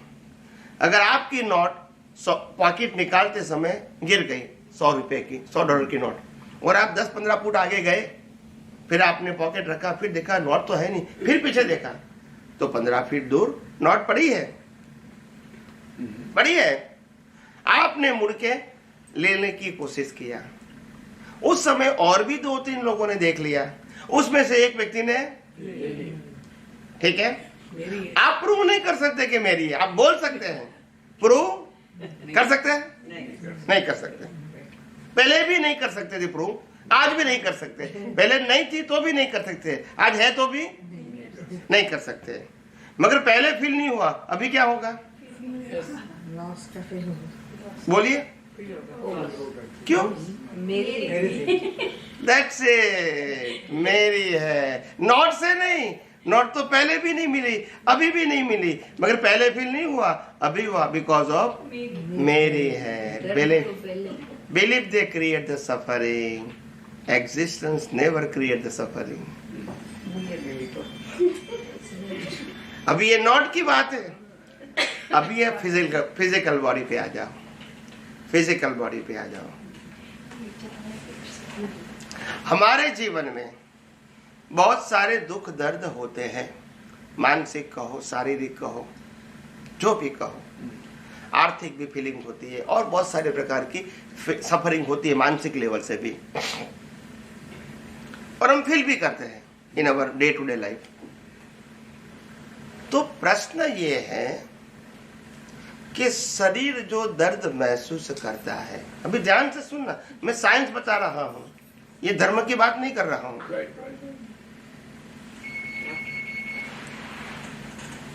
आपको शरीर में बहुत पेन फील हो रहा है, आपको फील हो रहा है, अभी मैं एक्चुअल एग्जाम दे रहा हूं, listen science carefully through the example.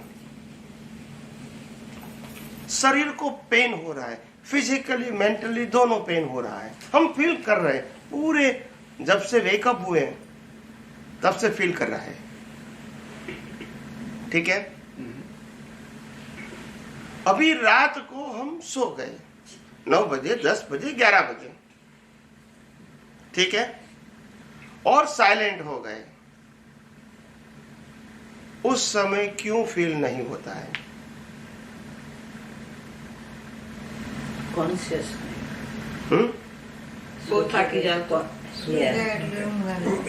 બેભાન થઈ જાય. नींद आएगी तो नहीं, नींद आ गई, तेज है। नहीं नींद आ गई तो तड़प तड़प के शारीरिक मानसिक पेन क्यों नहीं होता है? आप मेरे को लॉजिक बताओ। I want to know the logic. पूरा दिन आपने फील किया, रात को सोने के बाद क्यों नहीं? वही बॉडी है, इसके पीछे साइंस है, इसलिए मैं प्रश्न कर रहा हूँ। आप सब सोच के बताइए, मैं साइंस बताना चाहता हूँ। રાતે પ્રતિષ્ઠિત આત્મા ભળે નહીં. ઘરની દવા આપે એટલા ઊંઘ આવે ડોક્ટર થોડી આવે बोलिए। કરી હોય બરાબર ને कायम सर्जरी किया होएगा गेंद का दवा देगा तो स्लीप કે आएगा દવા લઈને સુઈ જાય ને તો બગડી જાય કે. પણ પ્રતિષ્ઠિત આત્મા ભળે નહીં, એ તો આપ જાગૃત प्रश्न वो है ही नहीं। થઈ નહીં. आई एम टॉकिंग, मैंने ये नहीं कहा कि किसी का ऑपरेशन किया, मैंने बोला नहीं। ये शब्द प्रयोग किया। मैंने कहा फिजिकली मेंटली वो पेन फील कर रहा है। सर्जरी होता है तभी पेन होता है, बाकी पेन नहीं होता है। હોતા है. तो ये कोई नई बात है। Why you are adding something in example? मैं सिंपल बोलता हूँ तो आप एडिंग क्यों करते हैं?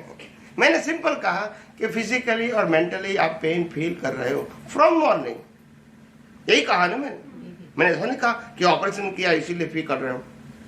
एनीवे, तो ये फीलिंग रात को सो जाने के बाद क्यों नहीं होती है? शरीर तो है। પ્રતિષ્ઠિત આત્માનો ઇન્વોલ્વ ના હોય એટલે મારું નથી ત્યારે એવું ના થાય કે આ મારું છે. સુઈ ગયા હોય ત્યારે, જાગતા હોય ત્યારે ખબર છે કે આ મારું છે. તો એ હોઈ ગયો હોય. बोलो। પ્રતિષ્ઠિત આત્મા એમએસ સાથે અટેચ નથી, પેઇન સાથે ડિટેચ છે. પેઇન તો ત્યાં જ છે. પેઇન ત્યાં જ છે પણ એ ડિટેચ છે, તેને પેલું નથી કે અને દિવસે એક અને દિવસે ફીલ કરે છે દિવસે કાંઈ અટેચ છે. કયો? હાંભળો હાંભળો હજુ હાંભળો, કયો પ્રતિષ્ઠિત આત્મા? જે પોતે માનેલો છે કે મને થાય છે ચાર્જ કે ડિસ્ચાર્જ? ડિસ્ચાર્જ. आई गयो जवाब? जवाब आई गयो? ડિસ્ચાર્જ ને ચાર્જ સાથે શું લેવા દેવા? પુરુષાર્થ કોણ કરે છે? પ્રતિષ્ઠિત. કયો? ચાર્જ અને ડિસ્ચાર્જ તો કર્મ ભોગવવા માટે નથી, છે તો એ કરે કે ના કરે ઓપ્શન છે? ના. એ પાસે ઓપ્શન નથી. એ જાગે છે તો કરે, ઊંઘે તો નથી કરતો, પણ એને લાઈવ પ્રતિષ્ઠિત આત્મા સાથે શું લેવા દેવા? બસ એ. એટલે લાઈવ માં ફિલિંગ નથી, એ પ્રૂવ થઈ શકે છે ને? ડિસ્ચાર્જમાં છે. आपको समझ में आया? नहीं, पर वो तो ये है कि दर्द इतना है कि आप गोली ले लो। नहीं, फिर वो ये कह रहे हैं कि आप तड़प तड़प के भी सो गए. सो गए पर फिर नींद खुल जाएगी। दर्द जो है अगर ज्यादा है तो नींद खुलेगी। खुलेगी. प्रिंसिपल सर ये है, ऐसा सिद्धांत क्या है? Any kind of pain if you are suffering, normal, medium और एक्सट्रीम, 3 काइंड ऑफ। अगर नॉर्मल है हम इजीली डाइवर्ट कर सकते हैं, अगर मीडियम है तो पूरे दिन रहेगा, रात को अगर शायद नहीं होगा, मगर एक्सट्रीम होगा तो रात को होगा। This is a stage, 3 stage, okay? Extreme है, गोली ले लिया तो दर्द गया क्यों? वो गोली के असर से। तो वो गोली का पावर कुदरती कानून से ऊपर है, ये हमको नहीं मालूम। बोलते नहीं है। હોય નહીં શકતા. बोलिए। Not possible. नहीं, पर वो गोली ना वो पेन गोली क्या सेंसेशन करती ब्लॉक कर देती है. वही मैं आपको ये साइंस धीरे धीरे आपके मुखार से इनसे बताना चाहता हूँ। मैं उत्तर दूंगा ने तो कोई वैल्यू नहीं रहेगी। आपको उत्तर देने में तकलीफ होती है ना, वहां साइंस खुलेगा। मैं कहूंगा तो आपको रेडीमेड लगेगा। अभी आपको उत्तर देने में कितनी तकलीफ होती है? We all are going subject to the science, science की ओर जा रहे हैं धीरे धीरे। अभी तक हमने इस प्रकार से सोचा ही नहीं है ना। अभी मैं आपको मौका दे रहा हूं एक एक प्रश्न करके। आपको धीरे धीरे अपग्रेड कर रहा हूं। समझ में आया? क्योंकि हम इस प्रकार की प्रोसेस अंदर करते ही नहीं है ना। Yes. प्रश्न ये है, ये कोई बात नहीं है। फिजिकल पेन को सेपरेट करते। यस, आप वेरिएबल को चेंज करो, अनवेरिएबल है, मीडियम है तो भी रात को सोते समय चेंज करो, और ज्यादा है, एक्सट्रीम है तो दवा लेके आप चेंज करो। और तीनों में कॉन्सेप्ट एक ही है। कौन सा? सेपरेशन। Yes. समझ में आया? Yes. और वो डिटेच ज्ञान से रह सकते हैं। कोशिश करनी पड़ती है। समझ में आया? That's it. But pain is there, but how will be detached? Because you have so much pain, you cannot tolerate sometimes. How will be detached for that? हम सब यहाँ बैठे हुए सब इतने मेंटल स्ट्रेस से पास हो चुके हैं so many times कि मैं जिंदा रहूं या मर जाऊं, इतना स्ट्रेस हम झेल चुके हैं, फिर भी जिंदा है। ये कोई नई बात नहीं है, मैं सबकी बात करता हूँ। एवरीवन से पास so many time in his life कि आज तो मर ही जाना है, बस इससे तो मरना है। ऐसा बहुत बार सोचा, मतलब मेंटली, फिजिकली कम ज्यादा हो सकता है, मगर मेंटली इतना ज्यादा होता है कि जीना, वो लगता है कि जीना जैसा नहीं होता है कि नहीं, फिर भी मरते हैं। तो ये सब रिलेटिव सत्य की अटैचमेंट से जो आपके वैल्यू करते हैं, इसके आधार से सफरिंग है। प्रकृति को सफरिंग है कि नहीं वो प्रश्न नहीं है, मगर प्रकृति मैकेनिकल है और इसीलिए उनको सफरिंग होना है तो होगा ही, क्योंकि डिस्चार्ज प्रतिष्ठित आत्मा बिलीफ लेकर आए हैं। मगर चार्ज प्रतिष्ठित आत्मा, लाइव प्रतिष्ठित आत्मा कोई भी संजोग में सेपरेट रह सकता है, as per the power of your gyan and darshan. आपको वो डेवलप करना पड़ेगा थ्रू द प्रैक्टिस। ये कोई चमत्कार की बात, ये सिद्धांत की बात है। सही। महाभारत के अंदर और रामायण के अंदर राम ने युद्ध के अंदर बहुत सारे व्यक्तियों की हिंसा किया, अर्जुन ने भी किया। वो अटैच करके किया होगा या डिटेच होके? लाखों व्यक्तियों की हिंसा करके हम डिटेच रह सकते हैं, और फिजिकल पेन में डिटेच नहीं रह सकते। बोलते नहीं है, हमारे पास प्रैक्टिस नहीं है। मैं मानता हूं, मगर इम्पॉसिबल तो नहीं है ना। इम्पॉसिबल नहीं। मेरा कहने का मतलब है you have to realize through the practice. I agree with you, मगर इम्पॉसिबल मत कहो। If we have a path, we can walk. Yes or no? Slow या फास्ट। जब रास्ता है तो क्यों नहीं चल सकते हैं? रास्ता नहीं है तो बराबर है तो क्यों नहीं चल सकते हैं? That is important. तो साइंस यूज करके रियलाइज करने के लिए सिर्फ इंफॉर्मेशन नहीं है। So it is a concern with your practice in a practical things. जब होता है तब आपको ये प्रैक्टिकली रियलाइज करना है, तभी आपको समझ में आएगा कि सेपरेशन क्या चीज है। सब कुछ हो सकता है, जन्म से मौत तक की सभी अवस्था जो मन वचन काया से पास हो रही है, उसमें हम 100% सेपरेट रह सकते हैं। वो मैक्सिमम स्टेज है, मगर हम start from the 1%। Where is the problem? दुनिया की कोई भी व्यक्ति, चाहे लॉर्ड महावीर, कृष्णा और राम, उन्होंने भी 1% से ही स्टार्ट किया था पहले अवतारों में। यस और नो? एकदम से 100% हो गए, तो इसमें कोई नई बात क्या है? आपको प्रैक्टिस करना है, रियलाइज करना है, आगे बढ़ना है। हम काम मना करते हैं, मगर इम्पॉसिबल मत मानो।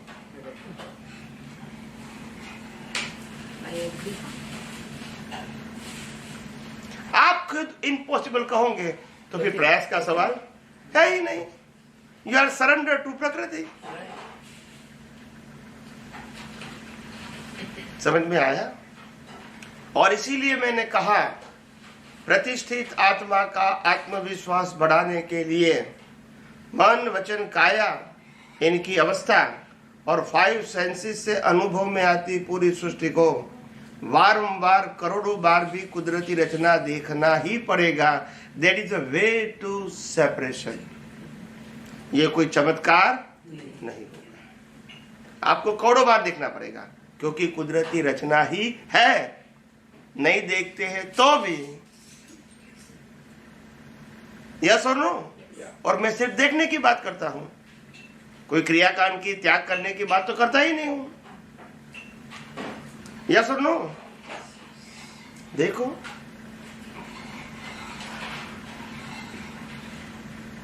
साइंस सिंपल है, डिफिकल्ट नहीं है, और प्रैक्टिस से अनुभव पॉसिबल है। Each and every person, if they have a value of the science, interest of the science, application of the science, then they can realize. Otherwise, not. Swami ji, इसमें meditation मदद कर सकता है रियलाइजेशन में? मानसिक स्थिरता के लिए मेडिटेशन इज हेल्पफुल। ज्ञान दर्शन मेडिटेशन का सब्जेक्ट नहीं है। मेंटल फिजिकल पीस के लिए मेडिटेशन इज गुड। आप कितना भी मेडिटेशन करोगे, मैं एग्जाम्पल देता हूँ, आप सब लोग बहुत हंसेंगे मेरे एग्जाम्पल से। विश्वामित्र का नाम सुना है? उन्होंने कितने साल साधना किया था? Approximate, I am not talking हजारों साल की। अभी सुनो, सबको हंसी आएगी। अभी हजारों साल की साधना और मेनका का 1 घंटे का नृत्य। Who is powerful? Who is powerful?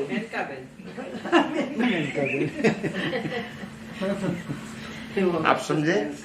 That is the power of meditation. ज्ञान दर्शन अलग चीज होती है, मेडिटेशन अलग होती है। इससे शांति मिलती है। जहां तक नॉर्मल समझोगे, it is helpful for you and मानसिक रीति आप स्वस्थ भी बनते हैं। मगर ज्ञान दर्शन नहीं है, कभी भी स्लिप कर सकते हो, कभी भी। ज्ञान दर्शन is a real power and meditation a relative and temporary power. समझ में आया? एक महाशय था जो 40 साल से अहमदाबाद में है।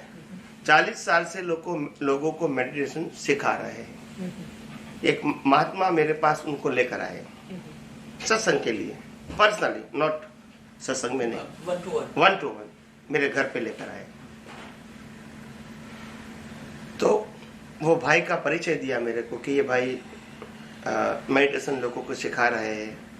फर्स्ट लेवल का, सेकंड लेवल का, थर्ड लेवल का, 4 लेवल का, ऐसा लेवल है सबको। जो सबका अपना फील्ड होता है तो एक डिस्क्रिप्शन भी होता है ना, एक लेवल भी होता है, और वो एक्सप्रेस कर भी सकते हैं अपनी बात। He is a teacher.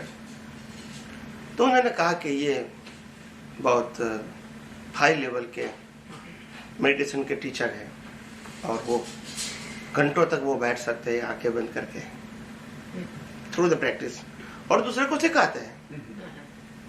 तो मैंने कहा चलो अच्छी बात है, उसमें कोई बुराई की तो बात है ही नहीं, कि गलती की तो बात ही नहीं है उसमें, तो क्रिटिसाइज का तो सवाल है ही नहीं।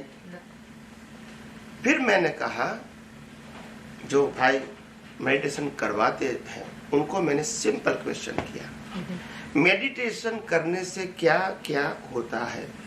I am talking about the result of meditation connected with your physical body. पहला प्रश्न करूंगा फिजिकल बॉडी का, फिर अंदर जाऊंगा। ओके? जब मैं फिजिकल बोलूंगा तब मन वचन काया सब्जेक्ट होना चाहिए। ओके? तो पहले मैं मेडिटेशन करूंगा तो क्या होगा? तो उन्होंने कहा मेरा शरीर स्थिर हो जाएगा। यस और नो? मेरी जबान, मेरी सेंसेस साइलेंट हो जाएगी ना, ये होगा ना। और अगर ज्यादा मेडिटेशन किया तो मन भी, यस और नो? ये प्रोसेस है and I accept it. I don't know any query और क्वेश्चन। ओके, तो ये मेडिटेशन का बेनिफिट है। और उनकी प्रक्रिया क्या है? जब कोई नया व्यक्ति मेडिटेशन में आता है तो पहले कहता है आप कोई मंत्र जाप करो, कॉन्सेंट्रेट करके, श्री राम जय जय राम, ओम नमः शिवाय। समझ में आया? मंत्र बोलो और इसको देखो ताकि कंसंट्रेशन बना रहे in a primary stage, first step. Second step में मंत्र मत बोलो, भगवान का पिक्चर देखो, गुरु का पिक्चर देखो, to see the pictures without words and try to concentrate. Second step. Third step के अंदर ज्योत को देखो, वहां पिक्चर भी नहीं है और वर्ड्स भी, only the light, imaginary, not actually. और फोर्थ स्टेज के अंदर you see the nature, sun, moon, sky, ocean, river, बड़े बड़े पर्वत, पहाड़, ये सब देखो। तो आपकी मनोवचन काय की दुनिया भूल जाओगे। और अगर ज्यादा किया तो कुदरत में इतने खो जाएंगे, आप मन तो शांत होगा, धीरे धीरे आप शरीर का भान भी भूल जाओगे। मैं सब कुछ जगह पे एक्चुअली प्रैक्टिस करके आया हूँ। I am a teacher of yoga and meditation certified. समझ में आया? मैं सर्टिफाइड टीचर हूँ। स्वामी जी, तो आप मेडिटेशन तो પછી ચલાવી ગોજ કરે ને પ્રતિષ્ઠિત આત્મા? अभी कहानी बाकी है।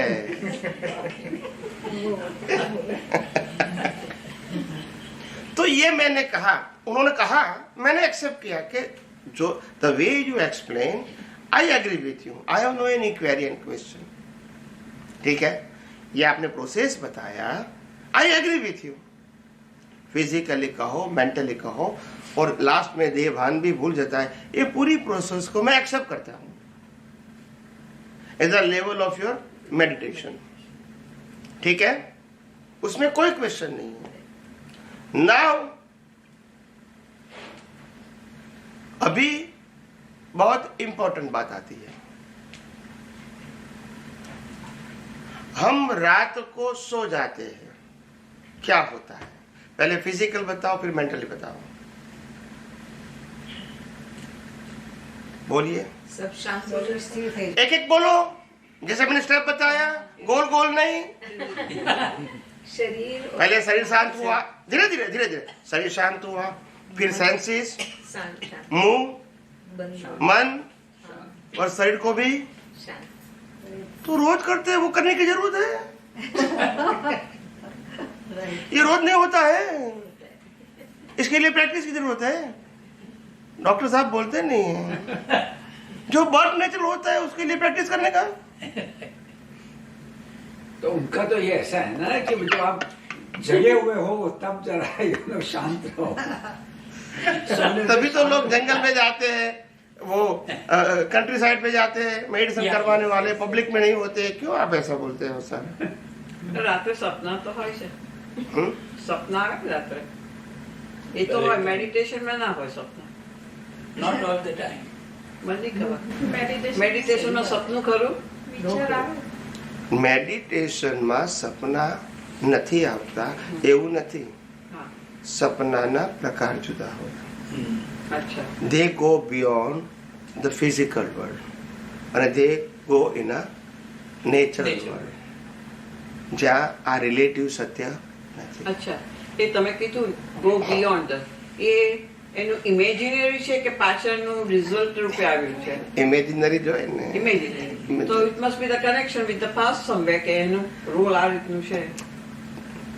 એની process is a result of previous birth cause. Right, પણ મારો પ્રશ્ન ખાલી એ છે કે કોઝની ઇફેક્ટ છે, that is not my subject. એની પાછળ સાયન્સ શું છે, that is my subject. Meditation એ પણ કોઝની ઇફેક્ટ છે, અને સુઈ જાઓ છો એ પણ કોઝની ઇફેક્ટ છે। મારો પ્રશ્ન એની પાછળનું સાયન્સ શું છે તે છે। તો સાયન્સ તમે શું કહેવા માંગો છો? તમે ધ્યાનમાં એટલે ધ્યાનમાં પણ એ થાય છે અને ઊંઘો ત્યારે પણ એ થાય છે. સેમ થિંગ થશે what you say? કારણ કે પેલામાં વધારે પીસ લોકોને લાગે છે, ધ્યાન કરવા બેસી જાય છે ને. નથી યોગામાં અને રાતે સુઈ જાય પીસ લાગતી નથી. ખબર નહીં હું થતું હશે બધાને તો.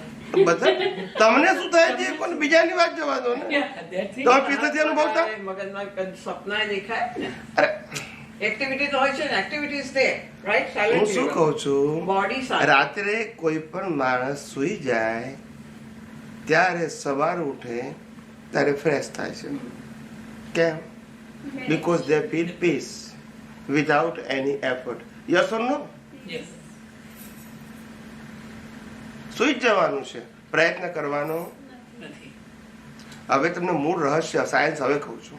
આ પેલા 2 એક્ઝામ્પલ કીધા મેં તમને સમજવા માટે કે એક મેડિટેશનનું એક્ઝામ્પલ છે ને એક નેચરલ સ્લીપિંગ છે. બરાબર છે? મેડિટેશન વાળાનો પ્લસ પોઈન્ટ એટલો છે કે જાગ્રત અવસ્થામાં પ્રોસેસ શરૂ કરે છે. That's it. ખ્યાલ આવી ગયો? અને પેલો જાગ્રત અવસ્થામાંથી ઊંઘી જાય છે.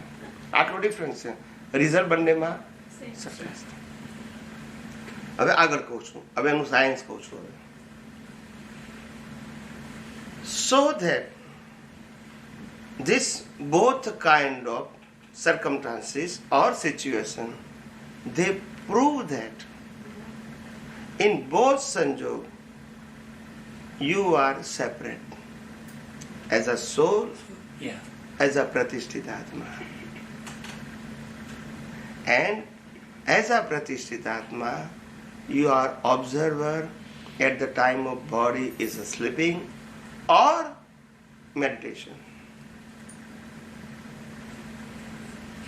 So the observation, through the observation, you can feel separation as per your experience, as per your level of your jnana and darshan. So that's where we are all saying that when we do meditation and we are not sleeping, then we have we are capable of feeling that we want to go beyond the mind and body and we want to be But in what soul. kind- But when we are sleeping, What we are kind under control. what kind of feeling you feel after you go beyond? Can you explain, please? I've never felt anything. तो फिर जो आपने अनुभव नहीं किया वो बताने से क्या मतलब है? It's only information or knowledge. It's okay.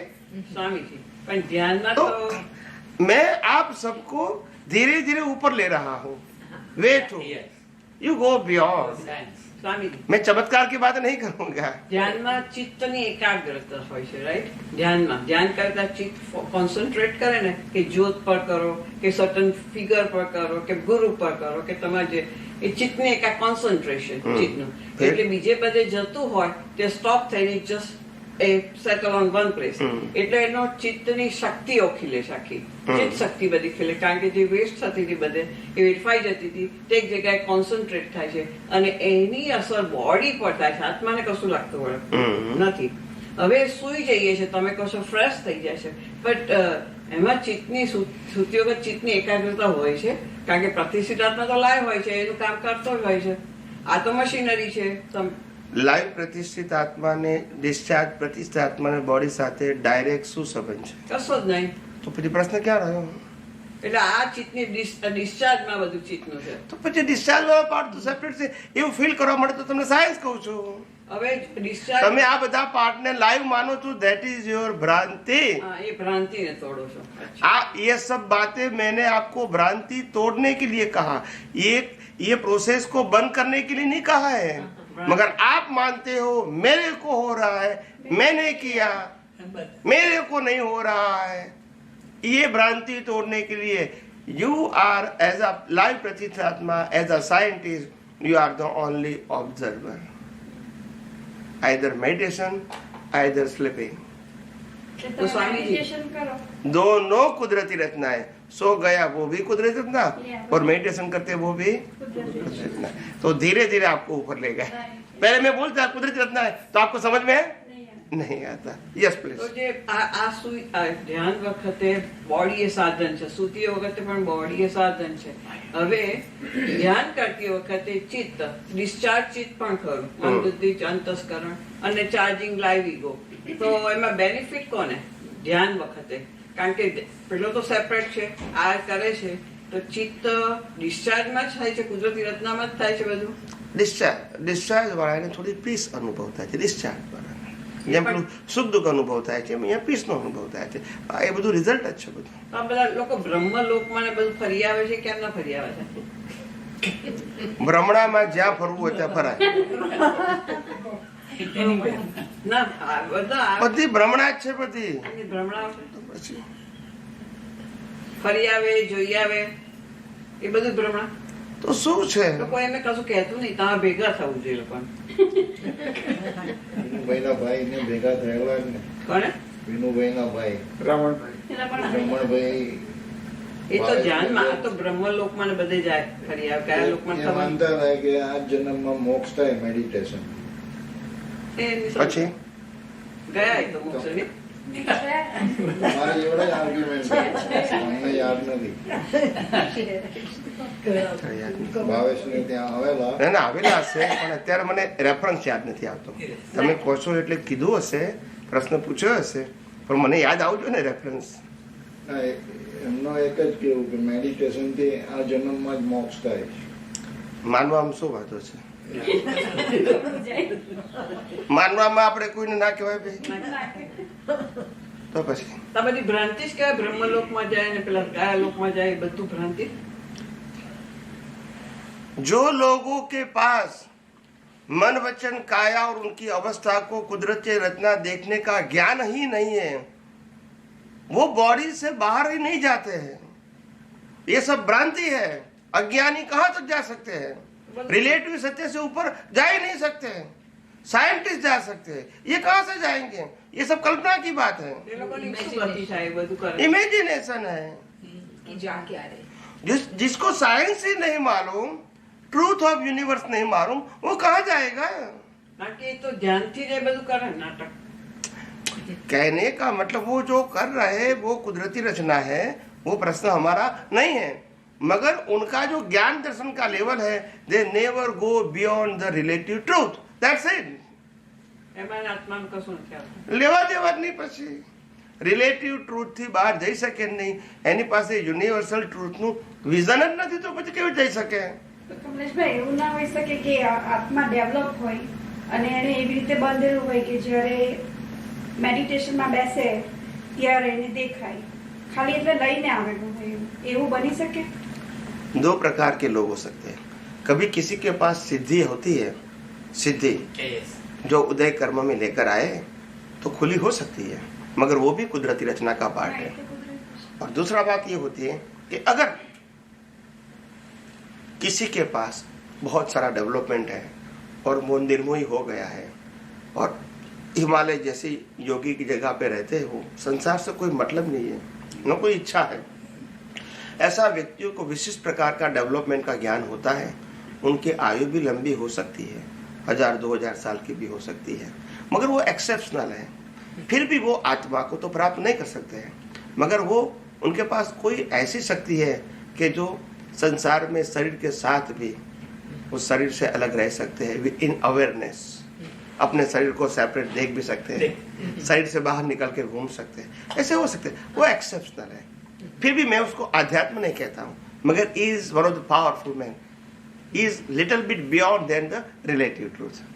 Relative truth से थोड़ा ऊपर है वो. તો સિદ્ધિ એટલે શું? સિદ્ધ કશું કર્યું. સિદ્ધિ એટલે શું? સિદ્ધ કશું કર્યું છે.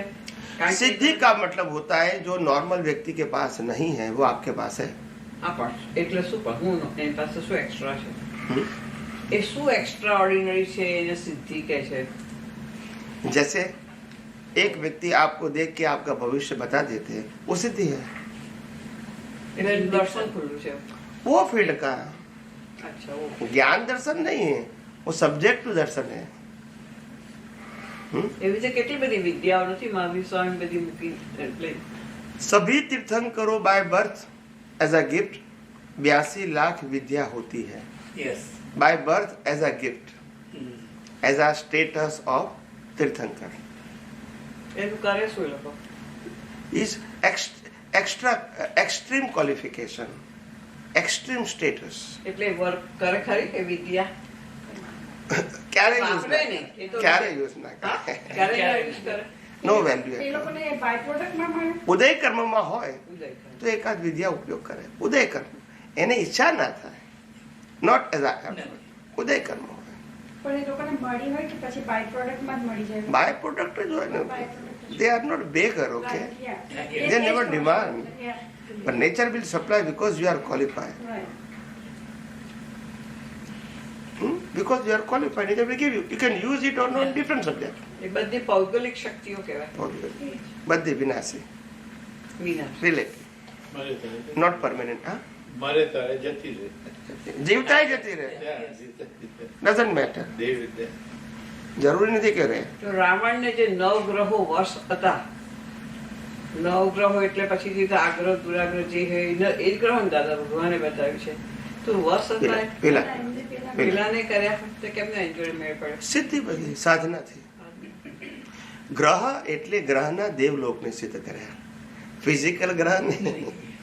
ગ્રહનો અધિષ્ઠાયક દેવ હોય ને, શનિદેવ, ગુરુદેવ, મંગલદેવ, એના નામ જપ ફિઝિકલ શરીરને પેલા એ કંટ્રોલ કરીને શું કરવાનું? પણ એ નામ જપ કરતા હશે કે હું કરતા હશે? I don't know. તમને નહીં ખબર. જે મને ખબર ના હું કઈ રીતે કરું ભાઈ, મારાથી ના કહેવાય. વશ થયા I am a responsible person. Whatever I speak it's recorded, okay? ના કહેવાય. અચ્છા. મને ખબર નથી એ લોકો શું કરતા હતા, એ ખબર નથી. પણ એ સિદ્ધિને શું કહેવાય એ મને ખબર છે. પણ how they can approach I don't know. કેટલું મોટું તપ હોય એની પાછળ. હશે હશે. બસ તમને ખબર છે છતાં બોલતા નથી. मैं तो ऐसा मानता हूँ, जो रावण ने तप करके सिद्धि प्राप्त किया था, इससे ज्यादा तप तो हमारे संसारी लोग करते हैं. Yes, exactly. मैं ऐसा मानता हूँ. और प्राप्त भले वो ज्ञान है या नहीं, वो अलग सब्जेक्ट है, मगर तप का तो अनुभव करते हैं. और प्राप्त क्या करते हैं? हम्म? प्राप्त क्या करते हैं? वो तो संसारी करेंगे ना. ज्ञान दर्शन रिलेटिव है तो फिर वो क्या करेंगे, मगर तप करते हैं इतना, उससे भी ज्यादा. ये मैं समझता हूँ, आप समझे ना. मगर खैर देखो, एक प्रिंसिपल, जब ये सब्जेक्ट निकला है तो मैं आपको सिद्धांत बता दूं. सिद्धि किसको बोलते हैं? सिद्धि is one kind of your status of your degree. समझ में आया?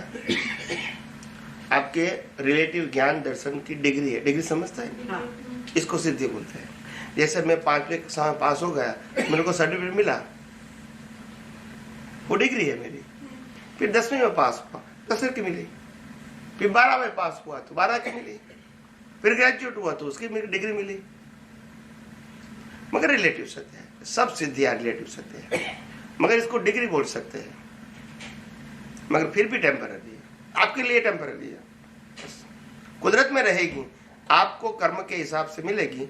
कर्म खत्म हो जाएगा, चली जाएगी, क्योंकि कुदरत की है, आपकी नहीं है. Yes. आपको मिली है, आपकी नहीं है. यस और नो? તો આ મ્યુઝિકમાં જે અચીવમેન્ટ કરે છે, જે નથી લતા મંગેશકર જે એને બધા માણસ સરસ્વત, તો એ ગયા એનું ડેથ થાય પછી જતી રહે એની સાથે? જતી જ રહે. કામ ખાતે? बिल्कुल जीरो, રિયલ?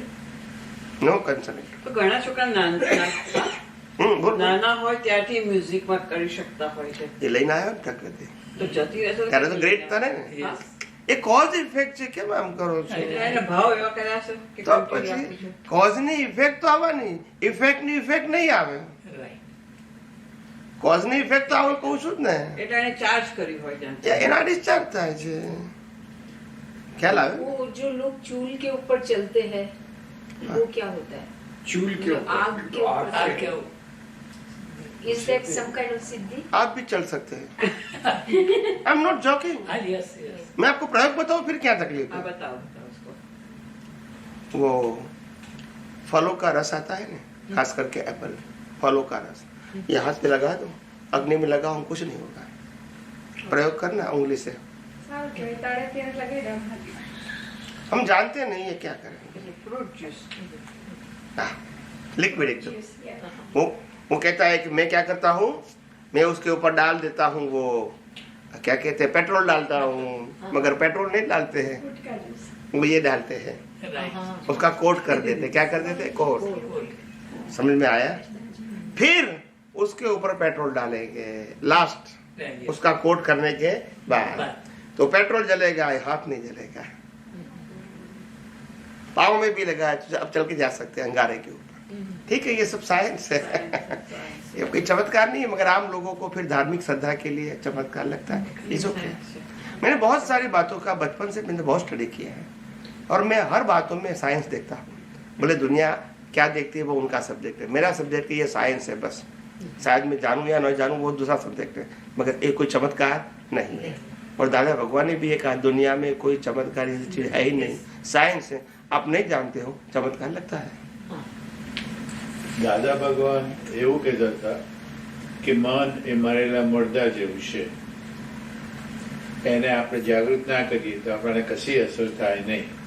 તે મન આપણે પ્રતિષ્ઠિત આત્માનું છે, ડિસ્ચાર્જ આત્માનું છે, તો એને કેવી રીતે ચાર્જ વાળો ના ભરે તો મળદું જ છે ને. એ બરાબર છે. તો જે પ્રતિષ્ઠિત આત્માનું નવું મન છે એને કેવી રીતે બંધ કરાય? સેપરેશન. એ મનને કુદરતી રચના જોયું, વી હેવ નો કન્સર્ન. મને વિચાર આયા, મારા વિચાર છે, મને ખરાબ વિચાર આયા તો તમે ઇન્વોલ્વ છો ને, તમે ઓબ્ઝર્વર છો એઝ આ કુદરતી રચના, તો યુ હેવ નો કન્સર્ન. એટલે એને આપણે જે ચાર્જ મન કારણ કે ચાર્જ મન જીવતું છે, ડિસ્ચાર્જ નહીં. ચાર્જ મનને જ એને સાયલેન્ટ કરવું હોય, સાયલેન્ટ એટલે કુદરતી રીતે દેખો તો સાયલેન્ટ જ છે ને. બધું એક્સેપ્ટ કરો એટલે ચાર્જ મન કોઈ દિવસ અજ્ઞાન હોય ત્યાં સુધી સાયલેન્ટ ના થાય. ચાર્જ મન અને ડિસ્ચાર્જ મન હંમેશા મિકેનિકલ હોય. હવે સાયલેન્ટ ના થાય એટલે એક્ટિવ મોડમાં હોય. એની પાસે જે જ્ઞાન દર્શન છે ઉપયોગ કર્યા જ કરે. મિથ્યા હોય તો મિથ્યા, સમ્યક હોય તો સમ્યક. એ ક્યારે સાયલેન્ટ ના હોય. મેં પહેલા કીધું કે બોડી અનકોન્શિયસ થાય તો પણ ચાર્જ ઈગો, ચાર્જ પ્રતિષ્ઠિત આત્મા ક્યારે અનકોન્શિયસ ના થાય.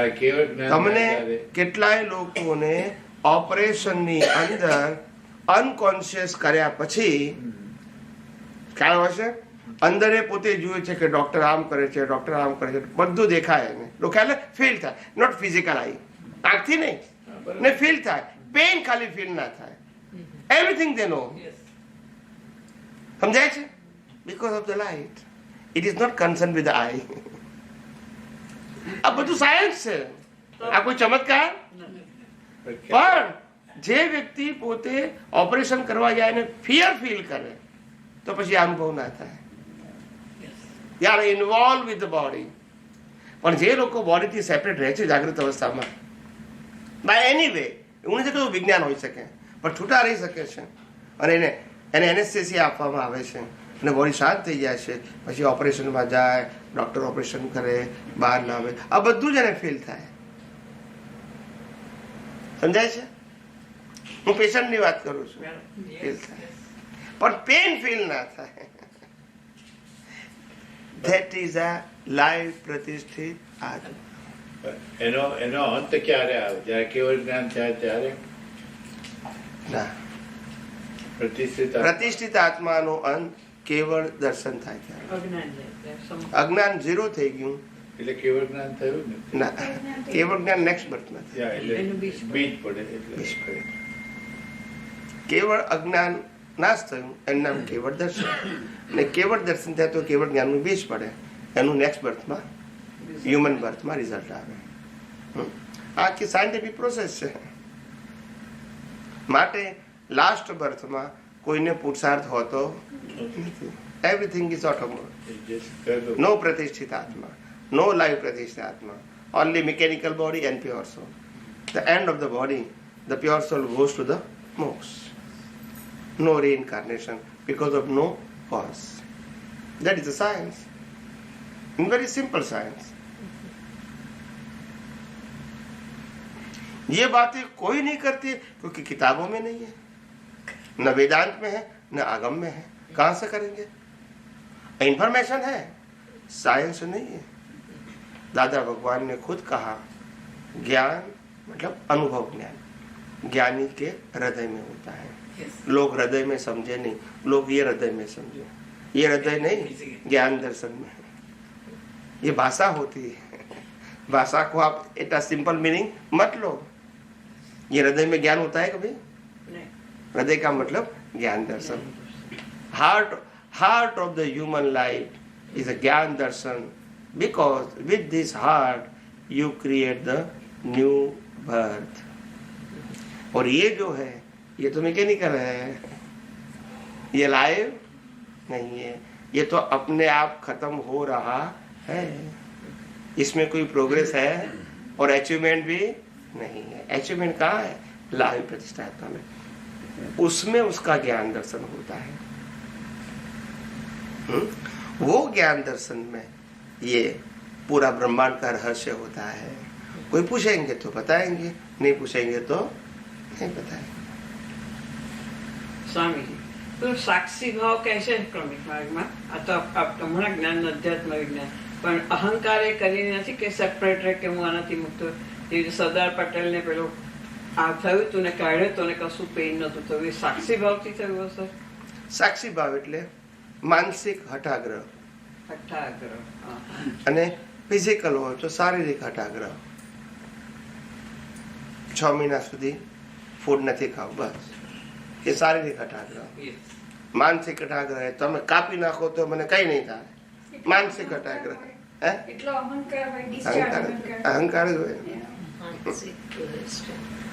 Physically and mentally, both two type of ego. Dada ભગવાને એવું કહ્યું હતું, ડિફરન્સ બિટવીન પુરુષ એન્ડ સ્ત્રી, કે સ્ત્રીને 2 હાર્ટ હોય, પુરુષને એક જ હાર્ટ। એ સમજાવો। પુરુષને 1 હાર્ટ હોય, સ્ત્રીને 2 હાર્ટ હોય। એ તો સિમ્પલ વસ્તુ છે, એમાં શું ડીપમાં જવાનું છે? એટલે સિમ્પલ પણ કેમ સિમ્પલ થાય સમજવા? કહું, ચાલો કહી દઉં।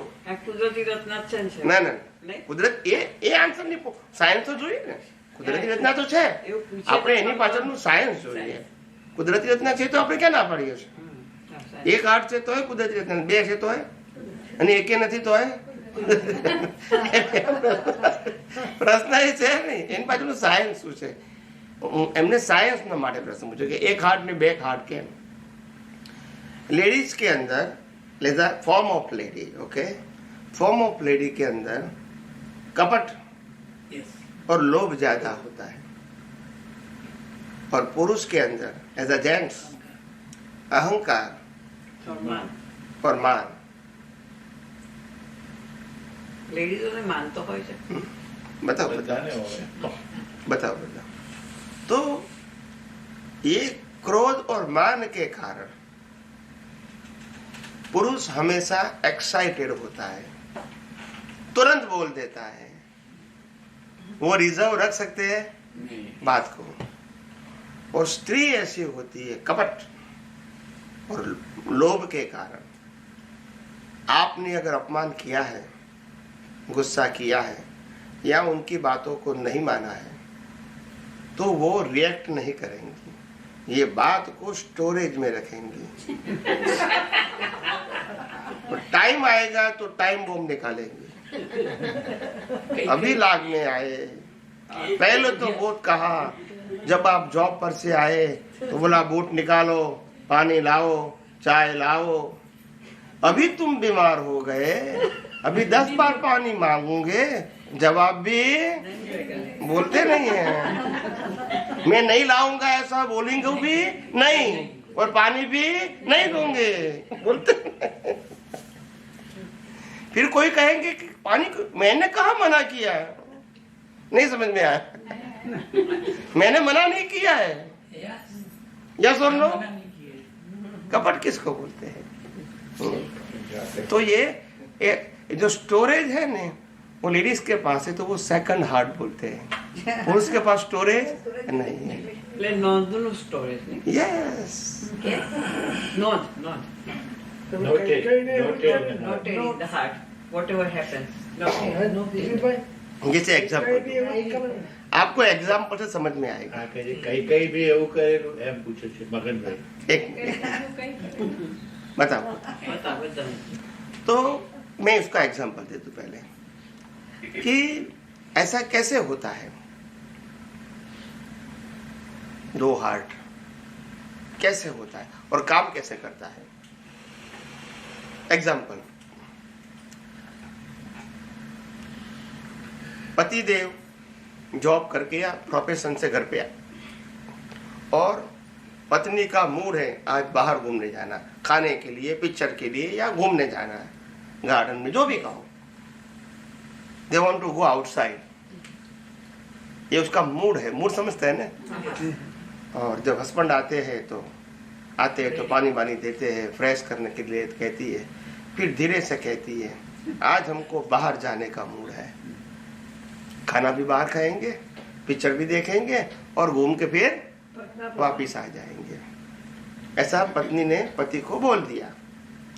फिर पति ने सुना और फिर उत्तर दिया आज मेरे को मूड बाहर जाने का नहीं है. फिर क्या होगा? आपका मूड अलग, उनका मूड अलग. फिर क्या होगा? रिएक्ट तो कर नहीं सकते हैं. ये स्टोरेज में रखोगे. ये ऐसा करते हैं, मेरी बात मानते हैं नहीं है. ये तो रिएक्ट तो घना काम आज तो कहीं नहीं पड़ते. तो फिर स्टोरेज रखते हैं. फिर 2-3 महीने के बाद हस्बैंड फोन करता है कि मैं ऑफिस से घर आ रहा हूँ, हम फटाफट तैयार होके हमारे फ्रेंड की पार्टी है उसमें जाना है, तो हम दोनों को बुलाया है तो जाना पड़ेगा ने. ऐसे फोन करके ऑफिस से बता दिया. फिर फोन रख दिया. अभी वो स्टोरेज से निकालते हैं. अभी मौका आया है मना करने का, आज मेरा भी मूड बोलते हैं.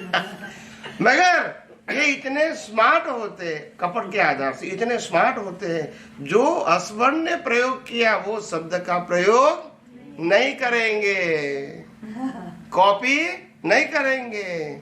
वो कहता है क्या कहेंगे, मेरे को तो आने की बहुत इच्छा है मगर पेट में बहुत दर्द हो रहा है. तो पुरुष समझ जाता है चलो कोई बात नहीं तुम आराम करो. और फिर हो जाएगा. फिर टीवी चालू कर दिया, फिर खाना वाना खाया, बस स्टोरेज का स्टॉक खत्म हो गया. तो 2 हार्ट होते हैं लेडीज को. मगर ये रिलेटिव सत्य है. इसमें अध्यात्म का देखने रिलेटिव सत्य है. आपको नहीं होता? नहीं, अब तो है नहीं. क्या? नहीं, अब तो लेडीज भी काम करती है ना. भले फिर भी नहीं, मैं बताऊं आपको. मैं इसके पीछे का राज बताऊं. ऐसा नहीं कि आप काम करते नहीं करते, इसे अच्छी बात है. काम करते तो नथिंग रॉन्ग और अच्छी बात है. For society and for family it is good things. There is no question at all. But मैं बंधारण की बात करता हूँ. वाई लेडीज बनती है और जेंट्स बनता है. उसमें कुदरत का कानून क्या है वो बताऊंगा आपको. इसीलिए आप काम करते कि नहीं करते वो सब्जेक्ट नहीं है, मगर ये लेडीज और जेंट्स का जो आपको बॉडी मिला है उसका साइंस बताता हूँ. तो क्रोध मान माया लोग 4 प्रकार की कैटेगरी होती है कर्म में, रिजल्ट के कर्म में. ओके, कॉज कर दिया. अभी रिजल्ट जो आने वाला है क्रोध मान माया लोग के रूप में, उनमें 4 चीज होती है. इसमें जिन व्यक्ति के पास 55% क्रोध और मान होता है इनको पुरुष बॉडी मिलता है 55 प्लस. और जिसको 55 प्लस लोभ और कपट होता है उनको स्त्री बॉडी मिलता है. ये साइंस की बात करता हूं. आप समझे भैया? फिर 55% वो तो मिनिमम क्वालिफिकेशन है. क्या है? अगर आपके पास 55% है क्रोध कपट और लोभ, और क्रोधमान तो है ही 45%. ठीक है, तो मैच्योर किसको बोलते हैं, स्त्री या पुरुष? प्लस 75%. मैच्योर किसको बोलते हैं? क्रोध मान 75% प्लस है तो मैच्योर जेंट्स बोलेंगे. और कपट और लोभ 75 प्लस है तो मैच्योर स्त्री बोलेंगे, ठीक है। मगर 55% वो बॉर्डर लाइन समझते हैं। तो 55% आपके अंदर क्रोध और मान है तो आप पुरुष तो बनेंगे मगर वो बायला छाप पुरुष कहेंगे। और स्त्री के अंदर 55% का कपट और लोभ है तो वो बायड़ा छाप स्त्री बनेगी। नहीं समझ में आया? भी मैं क्या कहूँ इसको अभी तो नहीं, मतलब मेरे को वो वर्ड नहीं मालूम है। अभी आप बताओ। ऐसे स्त्री जैसे नहीं, ये स्त्री है पुरुष जैसा बिहेव करती है और ये पुरुष है स्त्री जैसा बिहेव करता है। चलता भी ऐसे like that way, you understand, like that way. क्योंकि वो पुरुष तो है 55% में मगर उसकी बिहेवियर स्त्री जैसी है क्योंकि 45% तो वही है। ऐसे स्त्री में सेम है कि स्त्री में कपट और लोभ 55 है मगर 45 क्रोध और मान तो है। तो पुरुष जैसा बिहेव करते हैं, बॉडी स्त्री की मगर बिहेव करते हैं पुरुष जैसा, सेम। तो ये साइंस है, आप समझे? तो साइंस को समझने की कोशिश करो।